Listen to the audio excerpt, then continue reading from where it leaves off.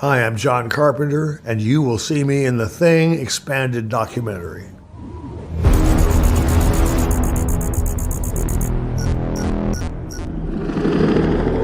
U.S. number 31 calling MacLeod, urgent. Come in, over. Did you notice anything strange about the dog? Anything at all? Strange? No.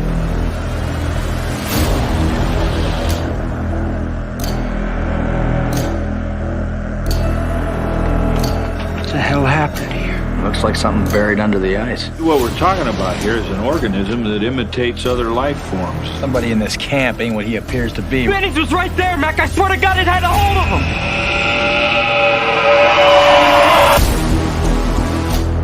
him. It could have imitated 1,000,000 life forms on 1,000,000 planets. There was one of those things out there trying to imitate him, Gary. We gotta burn the rest of them.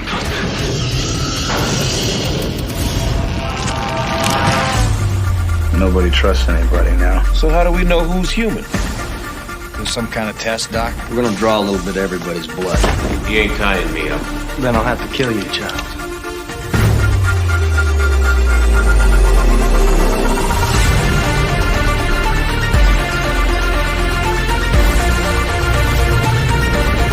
You gotta be kidding.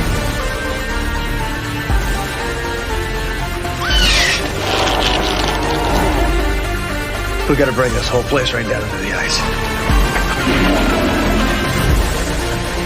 We're not getting out of here alive. But neither's that thing.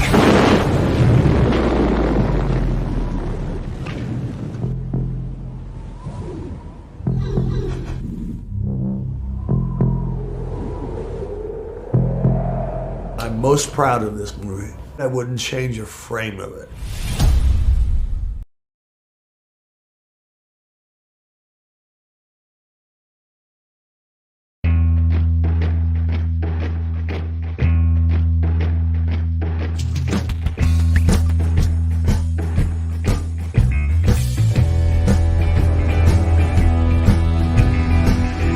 Good morning, campers. Happy Labor Day.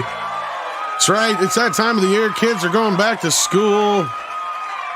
It's Monday, which means Andre's going to make me work twice as hard.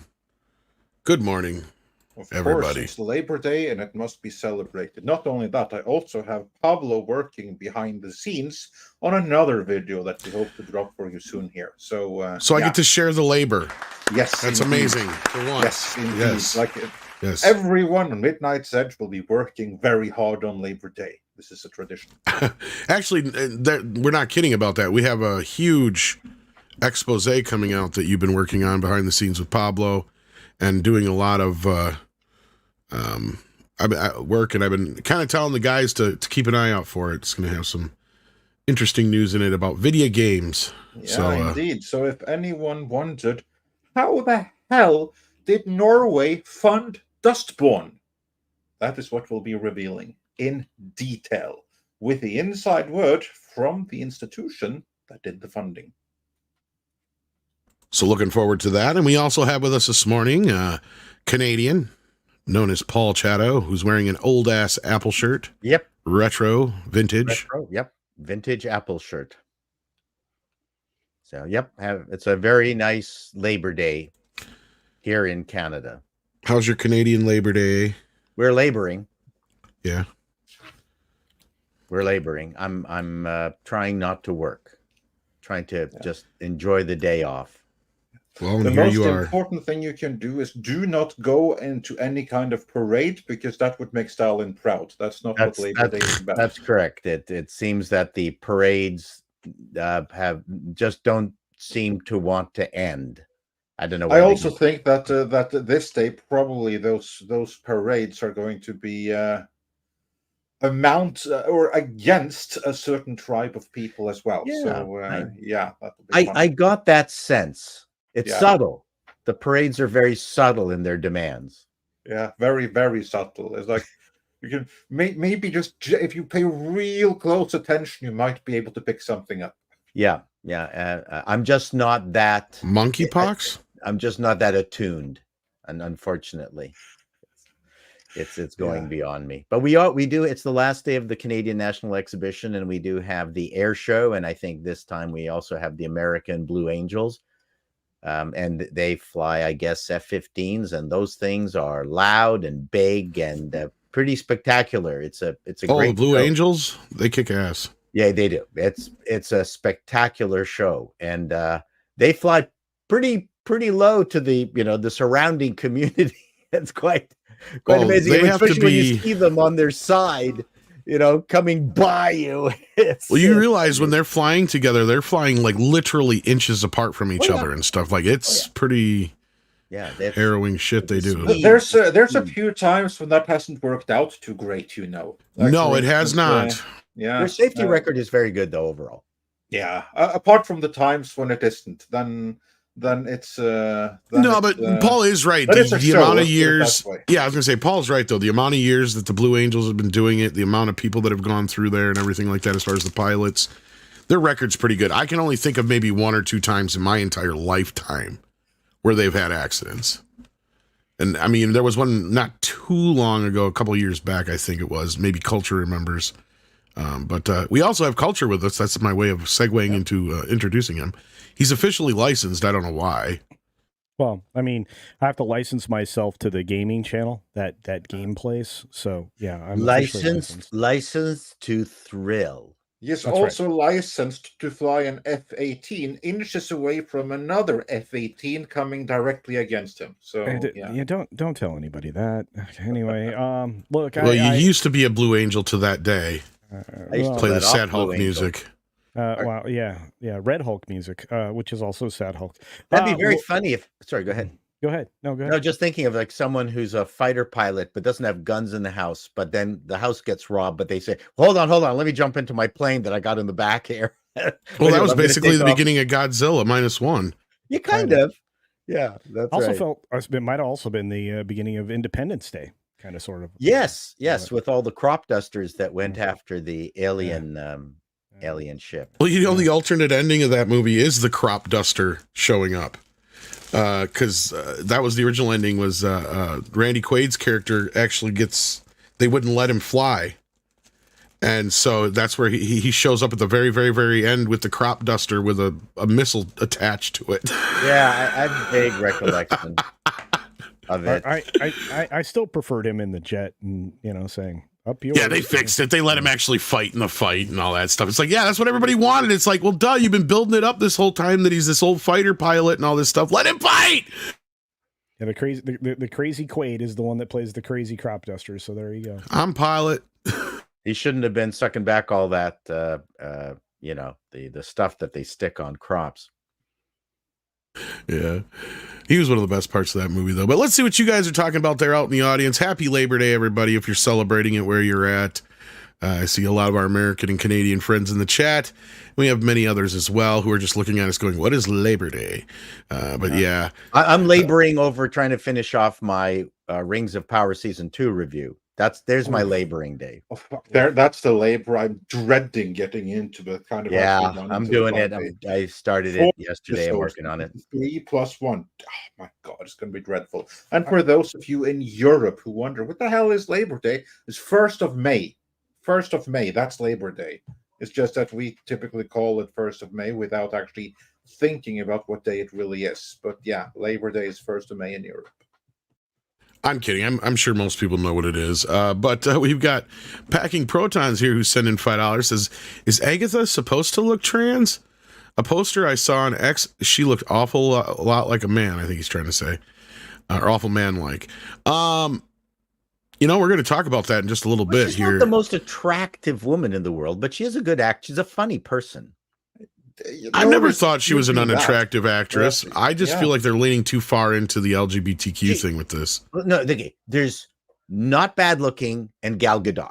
Okay, I mean, there's a wide gap in between the two. You've got that Sawyer woman, right? Who's everybody likes, the blonde chick.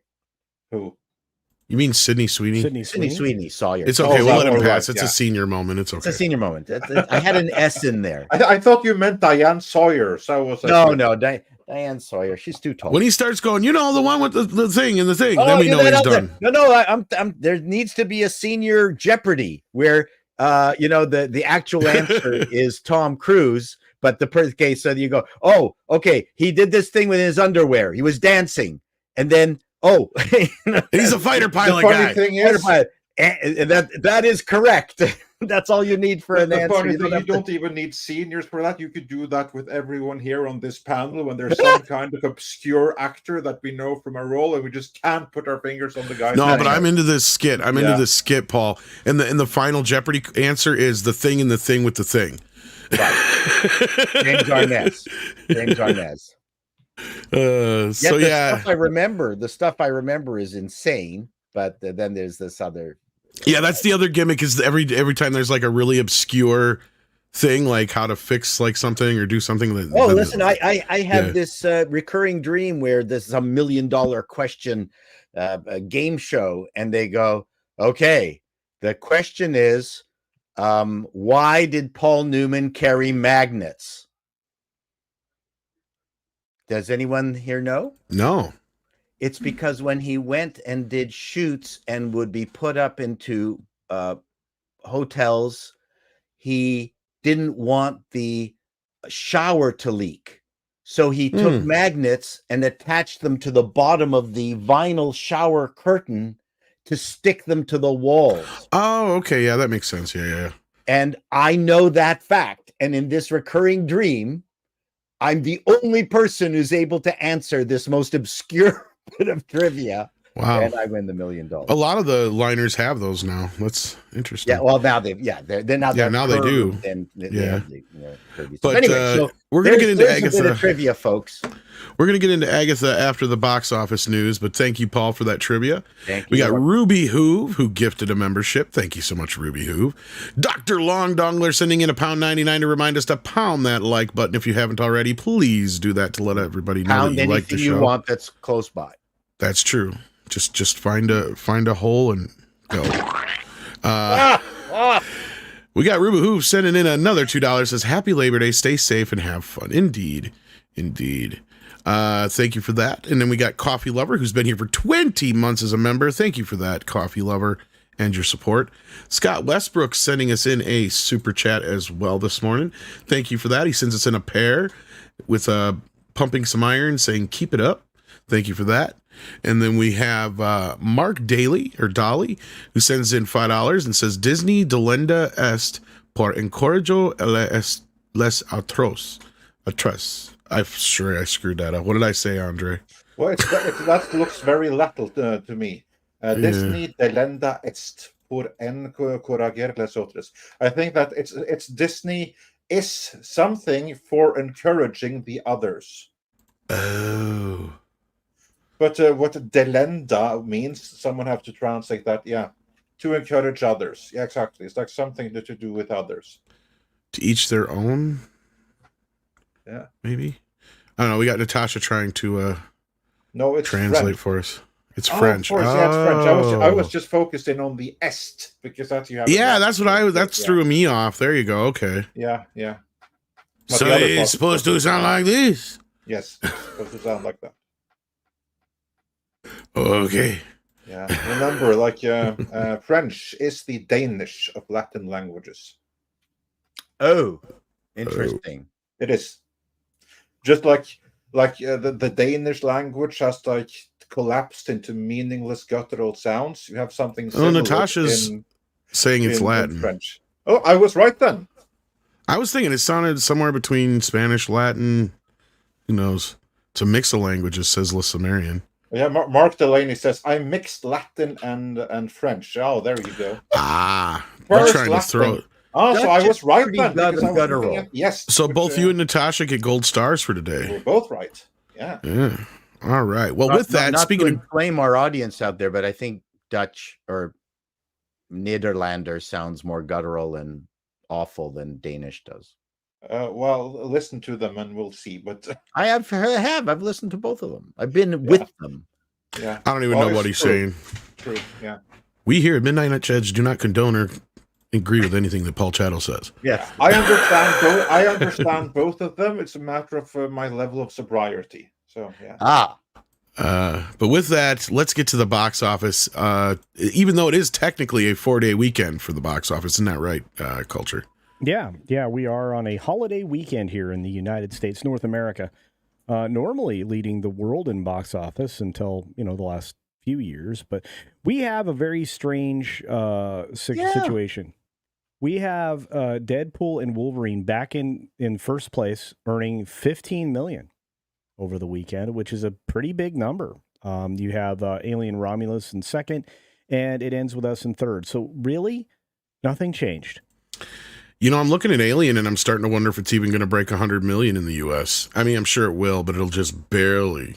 Well, interesting piece of trivia. The Chinese box office exceeded the total gross in the United States for Alien Romulus. Yeah, but those guys are weirdos, and they like Alien for some reason. Yeah, they And like also, it doesn't count because most of the money made at the Chinese box office stays there. Well, and luckily, this is something that Hollywood has realized, and they're kind of like breaking up with China. But people just have to keep in mind that whenever the Chinese box office is reported, it would honestly be more honest if you just reported a quarter of it, because that's what Hollywood most of the time gets to keep. I've been told it's closer to 10%, if that. For most movies, if you don't have a deal, specific deal with a Chinese co-distributor, what you get is 10%. Because the way it works, first you only have a limited quota for foreign movies, and American movies are foreign movies. In China, there's only so many which are allowed. And of those that are allowed, that do not have, that aren't like part owned by the CCP, they only get to keep 10%. 90% of their box office stays in China, unless they're partnered with a local CCP-owned affiliate. Disney is owned by a local CCP-owned affiliate, which means that they get to take back roughly 25 to 30% of their box office. Whereas everyone else, like for instance, let's say that The Crow were to open in China, Lionsgate would only see 10% of that box office, whereas Disney sees 30%, 25 to 30% of the box office from their films. But they do not get the full amount that's reported. This is marketing bull BS. Yeah, well, The Crow actually was distributed by another distributor outside the U.S., but yeah, you're right. True. In theory, you're correct, yes. But looking at the, speaking of The Crow, it fell off the top 10 there. Yes. Oh, man. This movie's going to be lucky to make 10 million. You know what? You're right. And what's really weird, Tom, is The Crow didn't even break in the top 10 in its opening weekend. Yeah, I remember that. It came in like, what was it, 12? I think it was. It came in like with next to nothing. It was insanely low. I mean, it only grossed, look at it again. It only grossed 1.8 million this last week. It only did 4.6 last week, so yeah. Yeah, it is. Yeah. It is. So movie aficionados, this is a holiday long weekend. I know Memorial Day long weekend is a big deal for movie studios to put something out. Is the reason that no studio launched anything of value this long weekend? Is it a function? Is that typical? It's a fuck up. I think Warner Brothers screwed up. They should have had Beetlejuice this weekend. Okay. It's already poised to make 100 and some million next weekend. Now it's been going up and up and up and up and up. I think if they had put it out this weekend, they could have brought in $120 million. So that's my question: is that do they tend to that avoid? Was stupid. I agree with you. My point is, no, usually you're right, Paul. This is a big week. This is the last big summer weekend normally. Yep. Why they're releasing Beetlejuice next week makes absolutely no sense to me. They should have put it out this weekend, because this is the last weekend you have with a 4-day weekend, the last weekend you have with the kids. Beetlejuice would have made perfect sense. And again, it's been going, the demand for it, the interest in it has been going up and rising steadily. If they'd have brought it out this weekend, I bet it would have hit 120 million. Now they're talking about 100 to 105 next weekend. So I think they left about $20 million on the table. I think you're right. Thank you for answering. Speaking of money and leaving money on the table, a man who knows something about that, Mexican Iron Man, our financial analyst. Hi, I'm Mexican Iron Man. I'm not a YouTuber, but I got the link. But you are an analyst. Yes, I am an analyst. He knows a lot about anals. But Tom, stop yelling so early. I need to warm up. We got to warm up. Am I too loud again? They were saying my mic was too hot. Well, then just you guys need to let me know. No, you just gotta let me know. It's a little All right. No, I think the point is we didn't want to hear you at all. Oh, wow. Well, then I'll leave. No, stop. Oh, Paul, you're funny. I like you. Thank you, Mike. I don't care what I wrote about you on the bathroom wall. Andre and Mike can adjust me in the background as needed. So you guys can hear me. I can't hear me. So I can hear you.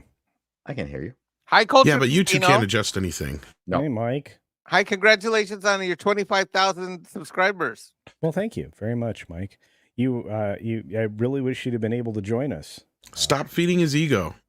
The other day.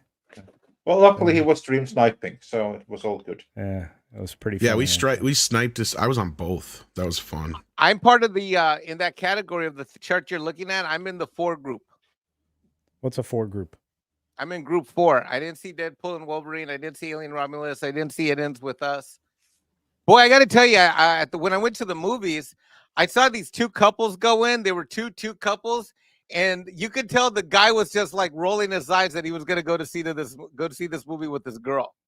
The End With Us movie? Yeah, it was very noticeable. They were in line ahead of me, guys, and she's like, "Oh, I'm so excited to see this movie," and he's like.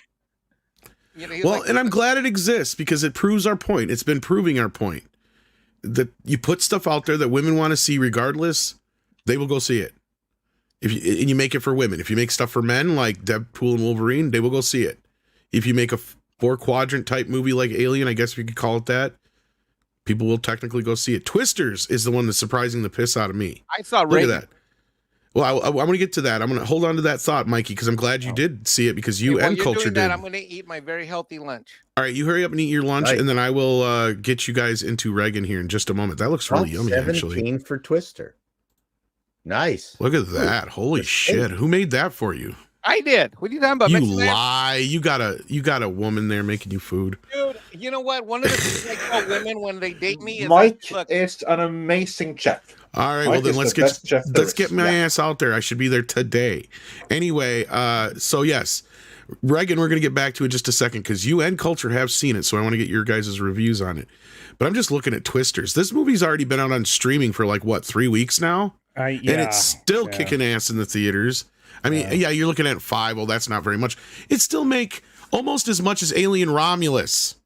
Look at that. Well, if you look at the per theater average, right, to that Reagan movie we were just mentioning, look at the per theater average if you compare it to It Ends With Us, right? It's like Reagan, it was only in 2,700 theaters. It did pretty well. I mean, and who ever heard of Showbiz Direct? I never did. I was like, who is this? Well, this kind of reminds me of the Oliver Stone movie probably that he did a few years back about George W. Bush. It played okay, but I'm trying to remember who released it. But like, okay, so you and Mikey saw this movie. I wanted to go see it. I didn't get a chance to.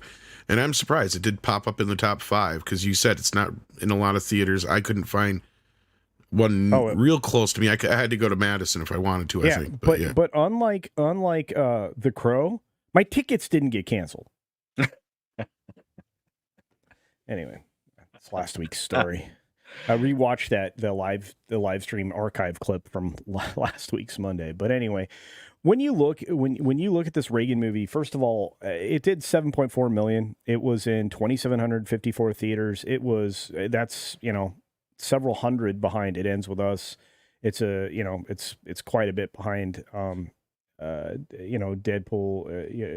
and Wolverine. I mean, almost a full 1,000. So when you start to see that, you recognize that the Reagan film actually did really well for where it was released. It was also released in smaller theaters. How do I know? Because my showing was in one of the smaller theaters at my megaplex, and it was well attended. There was over half the audience in that over half the seats in that audience were full. What's interesting is Quaid does an incredible version of Reagan. He is wearing a prosthetic. But not in an obvious way, basically just for his nose. He somehow is able to smile and otherwise basically give a lot of expressions that Reagan had. He did good hairline. Also that's also true too. So he looked great from beginning to end in this role. The de-aging technology that they used. If this movie didn't cost all that much to make, it had an ensemble but very well-known cast, including John Voight, who plays a great Soviet spy, believe it or not. And you know, it really was a wonderful presentation of the man and his life, and it didn't just dwell on, you know, his exceptionalism. It dwelled on both his faults and his and his successes, things that were good and bad in his life, and a real understanding of, you know, where he came from and why he felt the way he did. And as the Soviet spy described Reagan in the film, he was the crusader. And I don't know if there's a better way to describe Ronald Reagan. So when it came to this movie, I was actually surprised because they were able to honor him, but they didn't overblow it, which you know, Hollywood has a tendency to do with some of these things. Overall, everybody in this film was high caliber as far as their performance. The story was very well told, even despite the fact that it was mostly linear. The opening was spectacular because it starts, you know, right after Reagan is shot. Hinckley. Yeah. So it was something I enjoyed very much. It was something that was true to the history that happened at the time, beginning to end. I'm sure a lot of dramatic license was taken in the dialogue because nobody really knows what those conversations were. But the people that were in it, the characters that were in it, just absolutely brilliant. And like I said, sometimes you need a crusader, and Reagan was certainly one. Who else saw this film? I think Mike did. Mikey, well, what did you think about the movie, Mike? Well, I want to thank Coulter for not leaving anything for me to possibly talk about. Make shit up. Yeah, just make shit up. How did Reagan handle the aliens? I'm not sure why I decided to. Well, I was going to see it Saturday, and then it didn't happen because I got stuck handling phone calls and other crap. Remember, Tom, I was on my way out the door on Saturday? But yes, I ended up seeing it yesterday. And I was debating, do I go see this? Do I go see Alien Romulus? Do I go see the Marvel movie, which I still haven't seen, this Deadpool Wolverine movie? And I'm like, I'm going to go see this. And I didn't know what to expect. I frankly expected to be bored. I frankly expected it to be a politically conservative mouthpiece movie. I somewhat expected it to be a glorification or an anti-modern day times type movie. It was none of those things at all. Someone's got a hot mic in the background. Who's got background noise? Oh, it's I think it's Tom. All right. Yeah. So here's what let me see if I can add some stuff to it. Let me talk about well, Culture's right. It talks about the good, the bad. I was thoroughly engaged. I didn't look back at I didn't look down at my watch. It's a 2-hour and 10-minute movie. I didn't even look down at my watch to see how long I had been there until I realized that the movie must almost be over because they were getting to the point to where they're starting to tell about his his Alzheimer's and his mental decline. And I was like, well, shit, 2 hours and 10 minutes is short nowadays. I understand that, but normally with these 2-hour movies, any movie to me that goes above 140, 150, I almost always start to feel bored at some point or another. There's only a few exceptions. Yeah. I was engaged in this from beginning to end. And it was interesting because there are multiple, although it's linear, there's multiple storylines. There's the storyline of his love life with Nancy. There's the storyline of the Soviet Union versus the United States. There's the storyline of his political career. There's a storyline of his acting career. All of these storylines not only are being told over one another, but concurrently in time sequence, which makes for an outstanding way to tell a story. Because what you don't want to do, which Hollywood often does, is it tries to get a point across and uses cheap gimmick tricks like flashbacks to kind of drag you along and bring you up to speed and all of this junk. It didn't do that. I thought the direction was masterful. The acting performances by everyone, and they had even like that guy from Montreux. They had all kinds of major actors in minor parts. They were in makeup, but you could see who they were. the acting cast, everybody brought their A game. The direction, amazing. And who I really want to compliment are all the production staff and the below the line people, because the cinematography and the audio was absolutely fantastic. In fact, the soundtrack of this, the way they were actually able to capture different songs, pop songs over the last 50 years that they dropped in at different points and times was like chef's kiss. Yeah, the Green Day cut was great. Yeah, exactly as our good friend Chris Gordon talks about, chef's kiss. I don't know if they had a Green Day cut. So I got a question. They didn't have a Green Day cut. What are you talking about? What scene was kidding. that? I'm kidding. All with his uncomfortable sarcasm again. Go. They said this is a real question. So this, obviously, Reagan is a very big deal to conservatives in the United States. They point to him as the sine qua non of Republican presidents in the modern era.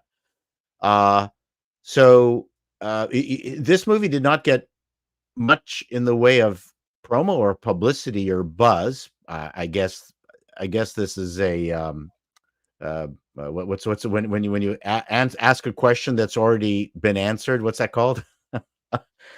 Rhetorical question. I mean, the mainstream press in Hollywood, I guess, had no interest in promoting this. I don't know what kind of interviews. Facebook and Instagram banned all ads from all of their platforms on this. They refused their money. I know really? That, yeah, and they turned down a 20 million. They turned down a what would have been it was a $2 million ad buy, and it was going to escalate up to 20 million, and they turned it down. So the reason for this movie is that it's a Reagan biography. That's its point, right? Yes. Okay. And I will tell you, the reason why I was kind of hesitant to watch this, even though I'm quite conservative now, as we all know, I'm very conservative now. Throughout all of my life, through 2000 until 2019, 18, whatever, when Reagan was coming up, I was a Reagan hater. For the better part of my life, I was a progressive, liberal, almost commie, community progressive activist. I'm not kidding. Hey, I was. Chavez, Hugo. Yeah, hardcore. I used to wear Che Guevara shirts every day, literally. So I wasn't sure. And even though I'm conservative now, part of my personality is as the little bit of Democrat that hasn't died within me was ready to cheer against this movie. But I was run through. There was drama. I mean, I'm not going to say there were any action scenes. There weren't. But I mean, there was drama. There was emotion. I felt love. I felt romance. I was moved to laugh several times unexpectedly because there were some funny lines that they grabbed that were real life lines. And the audience laughed with me. And there were a couple times where I cried. I didn't expect to cry at a freaking biography of Ronald Reagan, but I did. It moved me to tears. And I'm not going to tell you what couple things did. But when the movie was over, the entire audience stayed through the final in cut scene, which you should do. And I was left sitting in my car contemplating the life of a man that, for all of his supporters and all of his detractors, lived an amazing life. I sat there in my Toyota SUV and I was just reflecting. And that's what movies are supposed to do. Movies are supposed to have an impact. They're not just supposed to be mindless entertainment like we get from Disney Plus and Disney and Marvel on Disney Plus and all this other crap. They're supposed to be important. And this was an important movie that gave me an important experience that I wasn't expecting. So I wrote a review on Fandango. I'm verified, so I guess it posted. And if you bought it through there, you should be able to. I encourage everyone to go see it, and go see it with someone that you love and care about. My audience was 2/3 of the theater was full on a Sunday night. I was in shock that 2/3 of the theater was full and it was a pretty big theater. And I mean, I don't know, there were probably about 120, 140 people out of 160 seat theater in there. Almost all of them were older than me, and almost all of them were couples, which I found is interesting. And when the movie ended, the whole place was solemn, almost as if we were reflecting on the life of a man who stood for a country that no longer exists. Are you sure the audience wasn't asleep? No, the lights were on, and as I looked around, people had tears in their eyes, and they were most of them were applauding. You know what's sad about this whole thing is if this was at any other time than the era we live in right now, this would be the movie that would be getting the buzz already for the Oscar season starting. That wouldn't have a chance now. Now it doesn't have a chance. You're 100% right, Paul. That's what's sad. This is another sound of freedom, I think. Yeah. No, Kind yeah, of, which, yeah. The on only a way it could weekend- have had a chance was if it was about Clinton. Sorry, carry on culture. No. But to add to that, and that was an astute observation there, Paul. Well done. But this is on the same weekend that another Sound of Freedom actually was released as well, called City of Dreams. Another film about. I love how I make the observation, but Paul gets the fucking credit. You didn't Anyway, go ahead, Culture. You didn't mention that. I mentioned the first part altogether leading into it. I didn't hear you. I want to hear back the tape. I said this is the kind of movie that they would be talking about for Oscars, and you're like, no. I agree with you. Yeah, but I mentioned Sound of Freedom. You didn't. Oh well, yeah. Well, that's in all that I'm respect, saying. yeah. I'm taking credit for Sound of Freedom. Oh, the Sound Mom of and Freedom Dad, thing, okay. stop fighting. Mom and Dad. Well, back to what I was saying. It's just that you had two incredible films, and Mike is correct. Mike, did they applaud like going into the presidential processional for his funeral? Is that where you got your applause? Yeah, it was incredible, right? And you know the bummer is, of course, on the way out is that processional to his funeral after he passed during the credits. Look, overall, this film still makes you walk out of the film feeling good about yourself in that period of time in American history. And it is something that the certain political operatives right now desperately do not want you to know about Reagan or about all the efforts and how they went about subverting the United States and other countries around the world. It's the same thing that, the playbook looks really familiar in today's day and age. So didn't the Iranian affair happen during Reagan's watch? It did. Yeah. The Iran-Contra, they talked about it. Again, they did. Every single one of his major scandals or issues was portrayed in the movie and not in a favorable light or explanatory light. Yeah. Wow. Okay. Yeah, it was warts and all, which again, wow. For a film like this, you probably wouldn't have expected it, but it's exactly what you got. And look, good for them. Hats off. Yeah, hats off for some reality-based, filmmaking. But again, I mean, there was dramatic license taken with the conversations. Some of the stuff was based off of, obviously, notes and observations and biographies and autobiographies and things from various people. They really did their homework. Like I said, as far as the history goes, I think Mike will agree. It was consistent with the events as they happened throughout his life. You can go back and look it up. It's all things that happened. So it's very, very well done. All the way back to the unions and Reagan's opinion of unions, which was, he wasn't negative. He wasn't against unions. He was against the communist and mob takeover of unions. So it was fascinating. It was probably one of the best 2 hour plus films that I've seen in a long time, but it's not a great movie. Okay, so don't misunderstand when I say that. Okay, let's hear that. It's a good film. Okay, it is not a great film. Everything Mike said was true. The cinematography, What's a great movie to you? Well, I don't really want to get into that right now. I'm just trying. Why to not? You just said this isn't his a great favorite movie is Showgirls. That's why. Tell me who is a great movie. Give me a quick great movie that's released recently. Oh, see, that's the problem. Recently, there's not any comparison. There's your issue, Mike. Yeah. I mean, Star Wars is a great movie. 2001: A Space Odyssey is a great movie. There are plenty of great movies. This was a good movie. It suffered a lot for lack of. I'm going to tell you, it's one of the greatest movies I've seen in the last 3 years. Well, that's okay. I'm there with you, but it's not a 10. Well, no, but you know what it does indicate? No, but you know what it does indicate is it indicates that there are at least some people in Hollywood that are getting back to the business of making movies for movie's sake. Because when those credits opened up at the beginning, and I looked at those studio names, I didn't know one of those mofos that put money into this thing. Even when the end credits rolled, I was still looking at this, and I'm like, I don't know how they made this movie. Damn near nobody financed it. Well, Mike, I'm going to tell you right now. The minute I saw Showbiz on there, and I'd never heard of Showbiz, because that's who the distributor is, I'm like going, who is this? Who's the production house? All I'm saying is the reason why I'm trying to tell people that this is a very, very good movie, not one of the greatest of all times, but a very good movie to watch, is because I want people to go back to the movies and have a good time watching regular movies. I'm with you, Mike. Yeah, but the and I think what culture is talking about is the fact that regular movies in my time would include something like Days of Wine and Roses. Never heard of it, never saw it because it wasn't a good movie. Okay, then.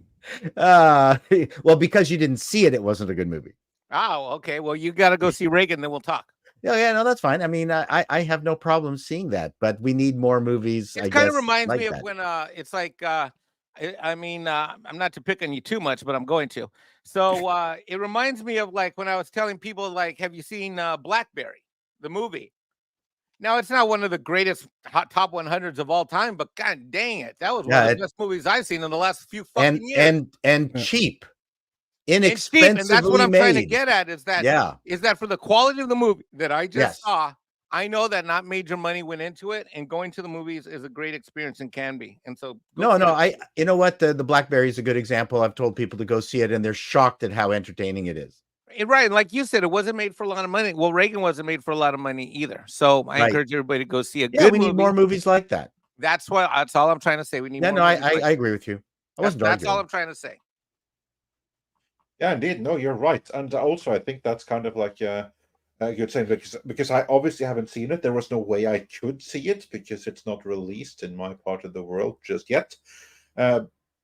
And also, the only advertising that I have seen is that Martin Sheen was being interviewed on the Daily Wire about it. That's the only that's literally the only promotion I have seen for it, which basically goes to show that Hollywood is dead set against. Was he in it?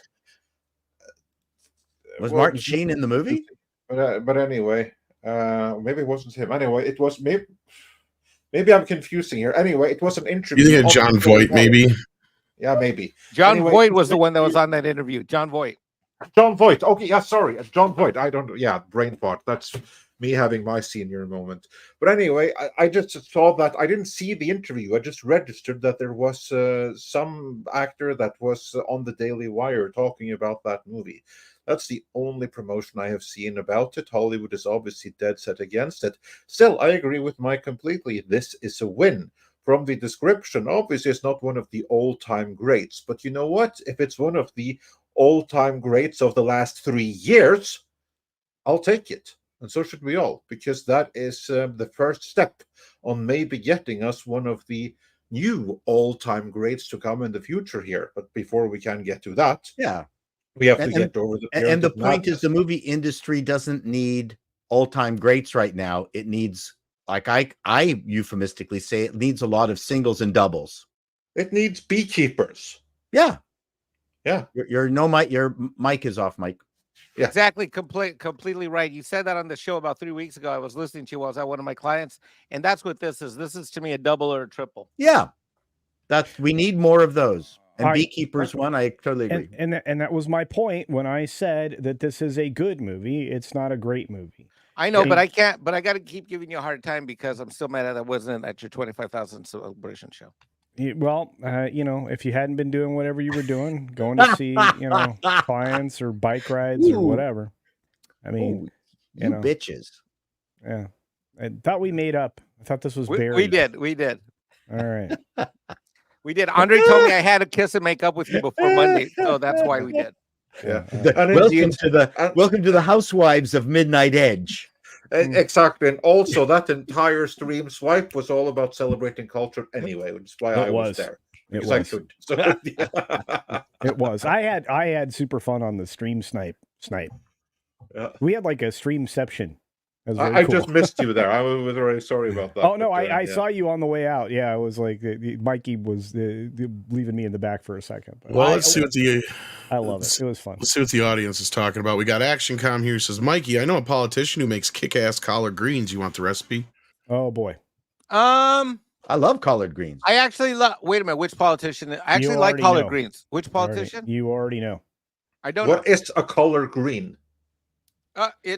It's a southern dish that it's very okay. Next time. It's a green vegetable. Yeah. Wait, which politician was it? She cackles a lot. Actually, Kamala comes Harris in has a $2. collard greens recipe. Supposedly. How's that? She's not even black. I was gonna say, I doubt she's ever ate them. Is this what she was when she was like sharing too much about like what she was doing when the dead guy supposedly called her to endorse or something? I think that then she was like making like college green for like her grandkids or auntie kids or something. Anyway, sorry, I just carry on. Action Com says, screw Reagan, Roger Ebert movie went. Well, look, I've been asking the same thing. I even tried to get a hold of Ebert's widow because I had an idea for just basically a movie about the beginning of when Gene and him met and the shows took off. Like that was kind of my idea for a movie, but yeah, no, I'm sure they'll be doing something at some point, you would think. I think she had a recipe for curried collard greens. Oh my, you had to go racist. No. I did. ActionCom says the recent Critical Drinker talk predicted that movies would disappear in 10 years. What's Midnight's Edge's position outside of missionary? Oh. No, I don't think movies are going to be gone in 10 years. No. They take different forms. They change. They conform. A new hero emerges. That a new hero emerges that captures the zeitgeist of the time. I hope all movies go 4DX in the future. That's what I hope. All I know is in the future, all restaurants are Taco Bell. I remember when movies came out and television came out, they were like, that was going to kill movies, and it didn't. I'm predicting it, the way they're going to be shown is going to be different. I think what's going to happen is that the giant theaters are going to disappear, and what's going to happen is that we're going to kind of get they're going to rent the theaters of people who have big theater rooms in their houses. Like they got 5 and 7.1 theater in their houses, and you're going to buy tickets to go to each individual's house to see a movie, and that way they could save a lot of money. I disagree to a point, and the reason I say is for just I disagree completely. Yeah, I know you're half joking, but I mean, no, I think, but I mean, you're onto something. No, I think that actually the smaller multiplexes might go away, and I think some of the bigger, more elaborate theaters will come back. Because look at what the trend is now, IMAX and all that kind of stuff. People want to go to see bigger. When they go to the theater, they want to see something on a big screen with a big experience. But where the trend in business for the last couple of decades is the middle has been eviscerated. We have low and high. That seems to be happening. Well, and that's kind of what I'm saying here is like basically your mid-level films. I agree with you. What I'm saying is that going to go to the way. I believe there's going to be an Airbnb version of the movie business. Call it movie B&B. Where people's houses, you go to a movie and you go to a person's house who's got a really good theater system. That to me is the future.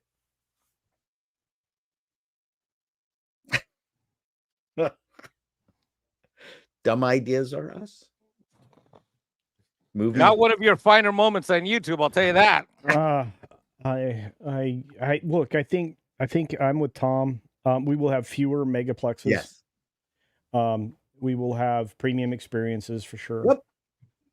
But I think theaters are going to be repurposed for other things. I think you're going to start seeing the gaming industry, video game industry take over, and a lot of those places used for daily game tournaments, stuff like that. You'll have theaters repurposed for watching classic films. We do need a place for up and coming small movies to be shown on a big theater, though. We still need that. I just say that because they said television was going to kill theaters and it didn't. Yeah. They said home video was going to kill theaters and it didn't. They said streaming was going to kill theaters and it didn't. Well, look what you said, Tom, about go anywhere. I think there is something to be said for splitting the difference in these things. We are seeing a bit of a trend in that if you want to see Twister, it's kind of a date movie, right? 100%. It's a thing to do. That and the experience, that's where I was getting to, is like people want to go see them on a big screen, because that was the other thing too that happened, wasn't it, Culture, that they put Twisters back on IMAX this last weekend? I think it was. Yeah, well, actually I think it's the weekend before, but yeah, you got to see Twisters on bigger screens. I think 4DX was a big selling point for Twisters. What was the film I was? Oh, the number one horror. Or the number one horror title ever now for IMAX theaters is Alien Romulus. It actually set records for a horror film on their screens. So, like I said, the big experiences people want. The problem is IMAX is going to charge you $7,000 to see it on their screens, versus like going to a regular Megaplex seat, which is like $12 to $15. But is it worth that extra $3 to $5 or whatever to go see it in IMAX? For some people, it is, because that's the only thing they go see, right? They'll figure it out, but it will always be based on product. You put a good product in the theaters, people are going to come see it. That's the key. Well, okay, so this is a point that I think Tom and I were talking about at length one day. I don't even remember when or where, but we were talking about the fact that during the Great Depression, films were something people could still do. It would cost you, In fact, some of the movies we still remember to this day came out in that era. Yeah. Yeah, and I think Tom is, Tom and others are right. I mean, that was something that when economic times were tough, it was like the one last piece of entertainment people could do. It cost a dime to get in. Yeah, well, but 2 apples cost you a dime. Well, we still gripe about the price of movies, but guess what? I keep pointing it out. It's still one of the cheapest things a family or a date or somebody can do nowadays that is the closest thing to free, right? Because go to a concert, go to a sporting event, right? Ask Mikey how much it costs to go to a baseball game. Whoa. Exactly. Whoa. So I know people gripe about the price of movies. Seats, woof. But just think about it for a minute. What the price, what you spent on a ticket to go see a musician. I went to go get tickets to go see Steve Martin in Madison. Take a guess how much shit seats were. Oh boy, $989, Paul. Are you serious? I am dead fucking serious. I love not scalped. I don't love him that much. No, not even scalped. No, $1,000, $900, and that's before all the fees and stuff are tacked on. Exactly. By the time you know it and I know it, by the time I'm all said and done, if I wanted to go see Steve Martin for one seat, it would have cost me over $1,000 and then some. Probably in the $1,200 some range. Wow. Does it include a blowjob? I fucking hope so. I always bring my own. For $1,000, she better. No. No, Jesus Christ! I was that like, is, are you? It's insane. I No, I'm can't not even believe kidding. it, Tom. No, I love I'm you to 100%. death, but I can't believe it. Wow. I was going to get tickets because I'm like, holy shit, Steve Martin, right? Because he's putting on a show in Madison. Wow. And it's at one of the more bougie theaters. So yeah, the tickets are anywhere from like $700 some in the shit seats, which are all sold out. There was literally only like 3 or 4 seats left. I wouldn't pay that. Yeah. No, I know. I'm like, I can't afford it if I wanted to, Paul. Wow.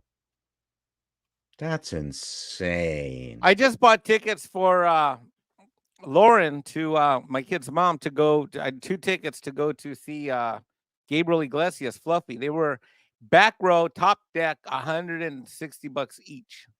Well, I can compare to like Cheech and Chong I went to see like 5 years ago. I think it was $60 a ticket, but if I wanted to go meet him backstage at the time, I thought it was outrageous. It was $250. Now looking back on it, especially after going to the Star Trek convention and other things I've seen since then. Oh, that was a like deal. That was a deal. Yeah, I wish I had done it now. Wow. Yeah. I think the point is it proves your theory that it's still overall one of the cheapest experiences to spend. Yeah, rant aside. Yeah. 2 to 3 hours on any given time, right? Exactly. Like, I mean, even a family, I mean, you look at it, you try to take a family to a baseball game, you're going to spend $600, $700, $800 easy there. Same thing. Or Disneyland. How much did it cost last time you took Max to Disney? You mean Universal? Or did you took him to Universal last time? I thought you took him to Disney too. No, why? He went to Disney when he was like 3 years old. Okay. Well, anyway, how much did it cost to go to Universal? Just a rough guesstimate. Oh, I know exactly how much I spent. Tickets or tickets with the hotel? Well, just tickets. the tickets with Fast Pass for 3 of us for 3 days. We spent almost $4,000, $3,800. See? And I keep asking where. You know what? I keep asking, how do people get the money to go out and eat out regularly? I don't. Everyone price in the last few years too. And, well, not everyone has the luxury of doing that. That's the simple answer. I just posted a meme yesterday, which is basically it illustrates this whole entire thing, and it's not even a joke because it's funny because it's true. But the beefy 5-layer burrito at Taco Bell when it premiered was 89 cents. Now it costs over $1 a layer. Wow. Yeah. Wow. It's over $5 at most Taco Bell locations. But anyway, we need to move on with these super chats. Action Com sends in 2. It says, more entertaining, Reagan or Pop-Tart movie? Well, did both Mikey and Culture see both? I don't remember. Reagan. You're talking about the movie, Seinfeld movie about Pop-Tarts? Yeah. That was wretched. I enjoyed it. I didn't see a Pop-Tart movie. No, I think we had a different opinion on it, but you and I disagreed on it. But yeah, I stopped watching it. So, anyway. Oh, so you didn't like it at all either? Okay, I enjoyed it quite a bit for some reason. I watched it twice. I don't know why. Whoa. You mentioned at the time that you liked the references. Yes, I loved how it was kind of just a meta. It was almost like it was making fun of the movies about the making of the product, like the McDonald's movie and stuff like that. It felt like that's what it was kind of doing. Yeah, but anyway, I guess the answer would be Reagan in this case for the panel. Mark Dolly sends a 10 and says, if talk of the reason the movie has made you interested in what he stood for, his speech at Time for Choosing, is on YouTube, much of what he talks about is relevant today. Boom. Thank you, Mark. Yeah, and that's probably one of the reasons why Hollywood won't take notice of it Oscar season. Horseradish Power says Metropolis, 1927. Excellent, maybe best sci-fi film. Oh, it's an excellent film. I don't know about best, but it definitely was very influential on the next 100 years of sci-fi. Yeah, and it's pretty stunning. And I have to mention one thing about the movie is a masterpiece. And there's a Swedish YouTuber who did something which worked really cool, because the awesome thing with those old-timey movies is that they don't really have a musical theme to them, because very often the original note sheet has been lost, which means that much of the music that you hear, it's kind of like custom and it's made by different people in different times. So if you see one version of a classic old-timey sorrent movie in one release, it's going to sound completely different from the other. Like, for instance, when we had our watch party of the Mark of Sorrow from 1920, I picked the one with the absolute best orchestral score. I'm just setting up here.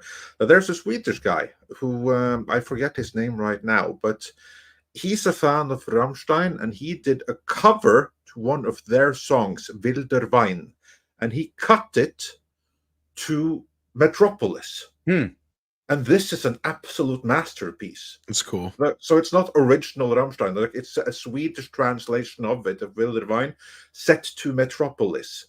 And it just fits perfect. I kind of wish that they had gone with something like that for the score of it. Well, the Blu-ray I have actually has 2 or 3 scores you can go with for Metropolis. That's it even what has I mean. It even has the pop score that they did in I think it was the 80s, because it has Freddie Mercury and a bunch of other guys on it. Well, there was, and I can't remember which version because there's a million versions of Metropolis, but I saw what was considered the final sine qua non version of Metropolis, where they scoured the world in movie theaters from Caracas to everywhere, where they might have had footage, because the released, I think that's the newest one. Yeah, the released version of Metropolis at the time was chopped down to begin with, and then they found Fritz Lang's notes, and they managed to piece together almost all of it, to the point where there are segments in the movie where it suddenly looks like broken down, not particularly good neg, that it had deteriorated, but then it would snap back to just a brilliant rendition of it. And I saw that in the theater, and it was an absolutely spectacular experience. You know what would have been operatic? Was it after 96? Because it was probably this version then, because this is since 96. This is the version they've had. No, I think it's later than that, because they found stuff in the early 2000s. Well, this has a copyright in 96 on it, but it is the most complete version at 148 minutes. That I know. Yeah, maybe. Anyway, Yeah. Yeah, So but- this but was what's- anyway, it was it's Yeah. just such a brilliant movie. You know what would have been brilliant? Because here's like the thing: when you watch all those timey movies now, they have all these scratched pictures that they do everything to restore and stuff. The reason they look like that is because these things have been stored for 100 years and deteriorated for 100 years before they were digitally captured. And if not 100 years, maybe they just deteriorated for 50 years or something like that. But all of those things, Nosferatu, Zorro, Metropolis, when these things were first released, they were absolute pristine. They were basically in 4K resolution. Well, in some cases, they look better than some modern film stocks we used to use because that's they were what I mean. They're basically 4K they were on that or highly 8K flammable resolution. shit. But what's it called? The nitrite. Nitrate, thank you. And yeah, okay, you were right, Andre. I'm looking at here the notes. At 124 minutes, that was the longest version until 2001. So you're correct. This is the 2001 version. They found an additional like 10 minutes. Yeah. Yes, correct. And I think I probably saw that in the theater. I'm pretty sure that like it's from the early 2000s. That's when they found the additional stuff, and they have the final version is from the early 2000s. So the one from 96, that would have been the penultimate ultimate edition, but still not bad. Then the 80s they did the pop soundtrack one, and they have that soundtrack on here, and Flash and the other ones too. Yeah. Da-da. It doesn't have that, but it does have Freddie Mercury on it. Okay, I will just say that Flash Gordon is probably one of the greatest movies ever made. Well, it's got one of the greatest soundtracks ever, that's for sure. I don't know about greatest. You know what? We really need a Flash Gordon reboot. I wouldn't mind that because that movie is a classic, but Flash Gordon is even more classic, being one of the original Buck Rogers ripoffs. Andre, you know what they're going to do with that? Here's what's going to happen. When it goes Flash, what's going to happen is that's when he's going to change his gender. Probably. You know what's sad is I remember we were getting promised Taika Waititi was going to do that. I know. When he also announced the Time Bandits and a few other things, and that thing's kind of just gone to the wayside. It's like, that's the thing he should have worked on. Absolutely. Because like you look at Ragnarok and then do that, basically the 1980s Flash movie with that kind of mentality, that kind of, humor, I think it would have worked. But who would play Ming the Merciless? Alan Ing from Film Threat. Oh, so be Ing the Merciless, yes. Yes, Ing the Merciless. That actually makes a lot of sense. Finally, Culture agrees with me something today. That could be Taika Waititi himself playing that role. Yeah, honestly. RC sends in $4.99, says, I'm black and will not eat those collard greens cleaned in a tub. I make greens all the time. I've heard, the method of making them can be. By the way, while you guys were talking, I looked it up. Holy crap, that chick is insane. She doesn't know what she's talking about. Kamal Harris with a collard green recipe. She's insane. Oh, shit. Yeah. Okay. Action Com sends in 5 and says, an entertainment center's timeshare app. Fancy that. I dare you make it, Paul. Well, actually, while Paul was bringing that up, I was reminded that during COVID, how many of the smaller theaters actually rented out their theaters, and some still do. Like I can go rent the theater out downtown for a couple hours, and we could watch Midnight Suns in the morning on the theater if I wanted to. Wow, in 4K. Yeah. Well, it's not really in 4K, but that's the other sad part. Most theaters now are not even 4K. They haven't upgraded yet. You know what? I'm sure there's a business to be made to timeshare people's home theaters. If they're fancy enough, yes. But listen, you're now getting ads on gas pumps. Like people, especially in the United States, you guys are good at monetizing everything. Yes, even chopsticks have ads on them. I think you have to be pretty darn desperate before you get to that point. I mean, people aren't going to timeshare their cars easily. They'll be much more reluctant to timeshare a part of their freaking house. Well, I know people are pigs. They're going to leave popcorn and shit over your floor. I think people, especially there's a whole generation, actually 2 generations now almost, that have never experienced the actual movie theater that wasn't a multiplex, right? Unless you're lucky enough to be in an area that has that. So that's where I feel like, Paul, it's going to be a weird, I could be wrong and you could be completely right. But I feel like in the next 10 years, the movie houses are going to gut out half of these multiplexes and they're going to put in we're going to have another form of IMAX come along here yet too. right? Well, Because all these other. You've got review theaters where you are, right? I can. Well, they do a lot of the Fathom events and stuff, and there is, I think, like the Ringling Theater in Baraboo does some once in a while, but they anymore they show mostly just new movies. That's the stupid part. But like they used to show revival stuff like Gone with the Wind and stuff like that, and once in a while.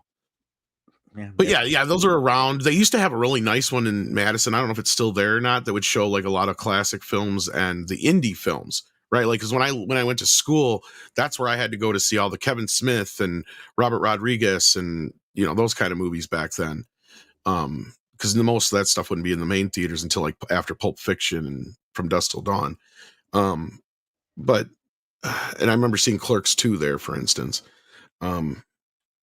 Yeah, other than that, though, there's not a lot left anymore, but they could make a comeback. You're right. Let's see here. We got Grimzilla, who says this year was started with Godzilla and Kong and Deadpool and Wolverine. Next, Sonic and Shadow are Alpha Male team-ups films making a comeback. Well, this is a good observation, Grimzilla. And it kind of goes along with the box offices we were looking at. Like I said, you make movies for the people, for a demographic, and that demographic will show up. Well, in this case, it's a Republican. Well, when it comes to Reagan, but I was talking about demographic. Get it? I was making a joke at Democrats and Republicans. Sorry, it needs to be workshopped a little. I know it needs to be workshopped. But no, I was talking about It Ends With Us being, the big Whammon movie out there, and there was a bit of an Oppenheimer effect the first weekend that came out with Deadpool and Wolverine. So, I think there's more of that. What do you guys think? Do you think that the team ups are making a comeback, or just films in general are going to start being back to normal? I can't predict.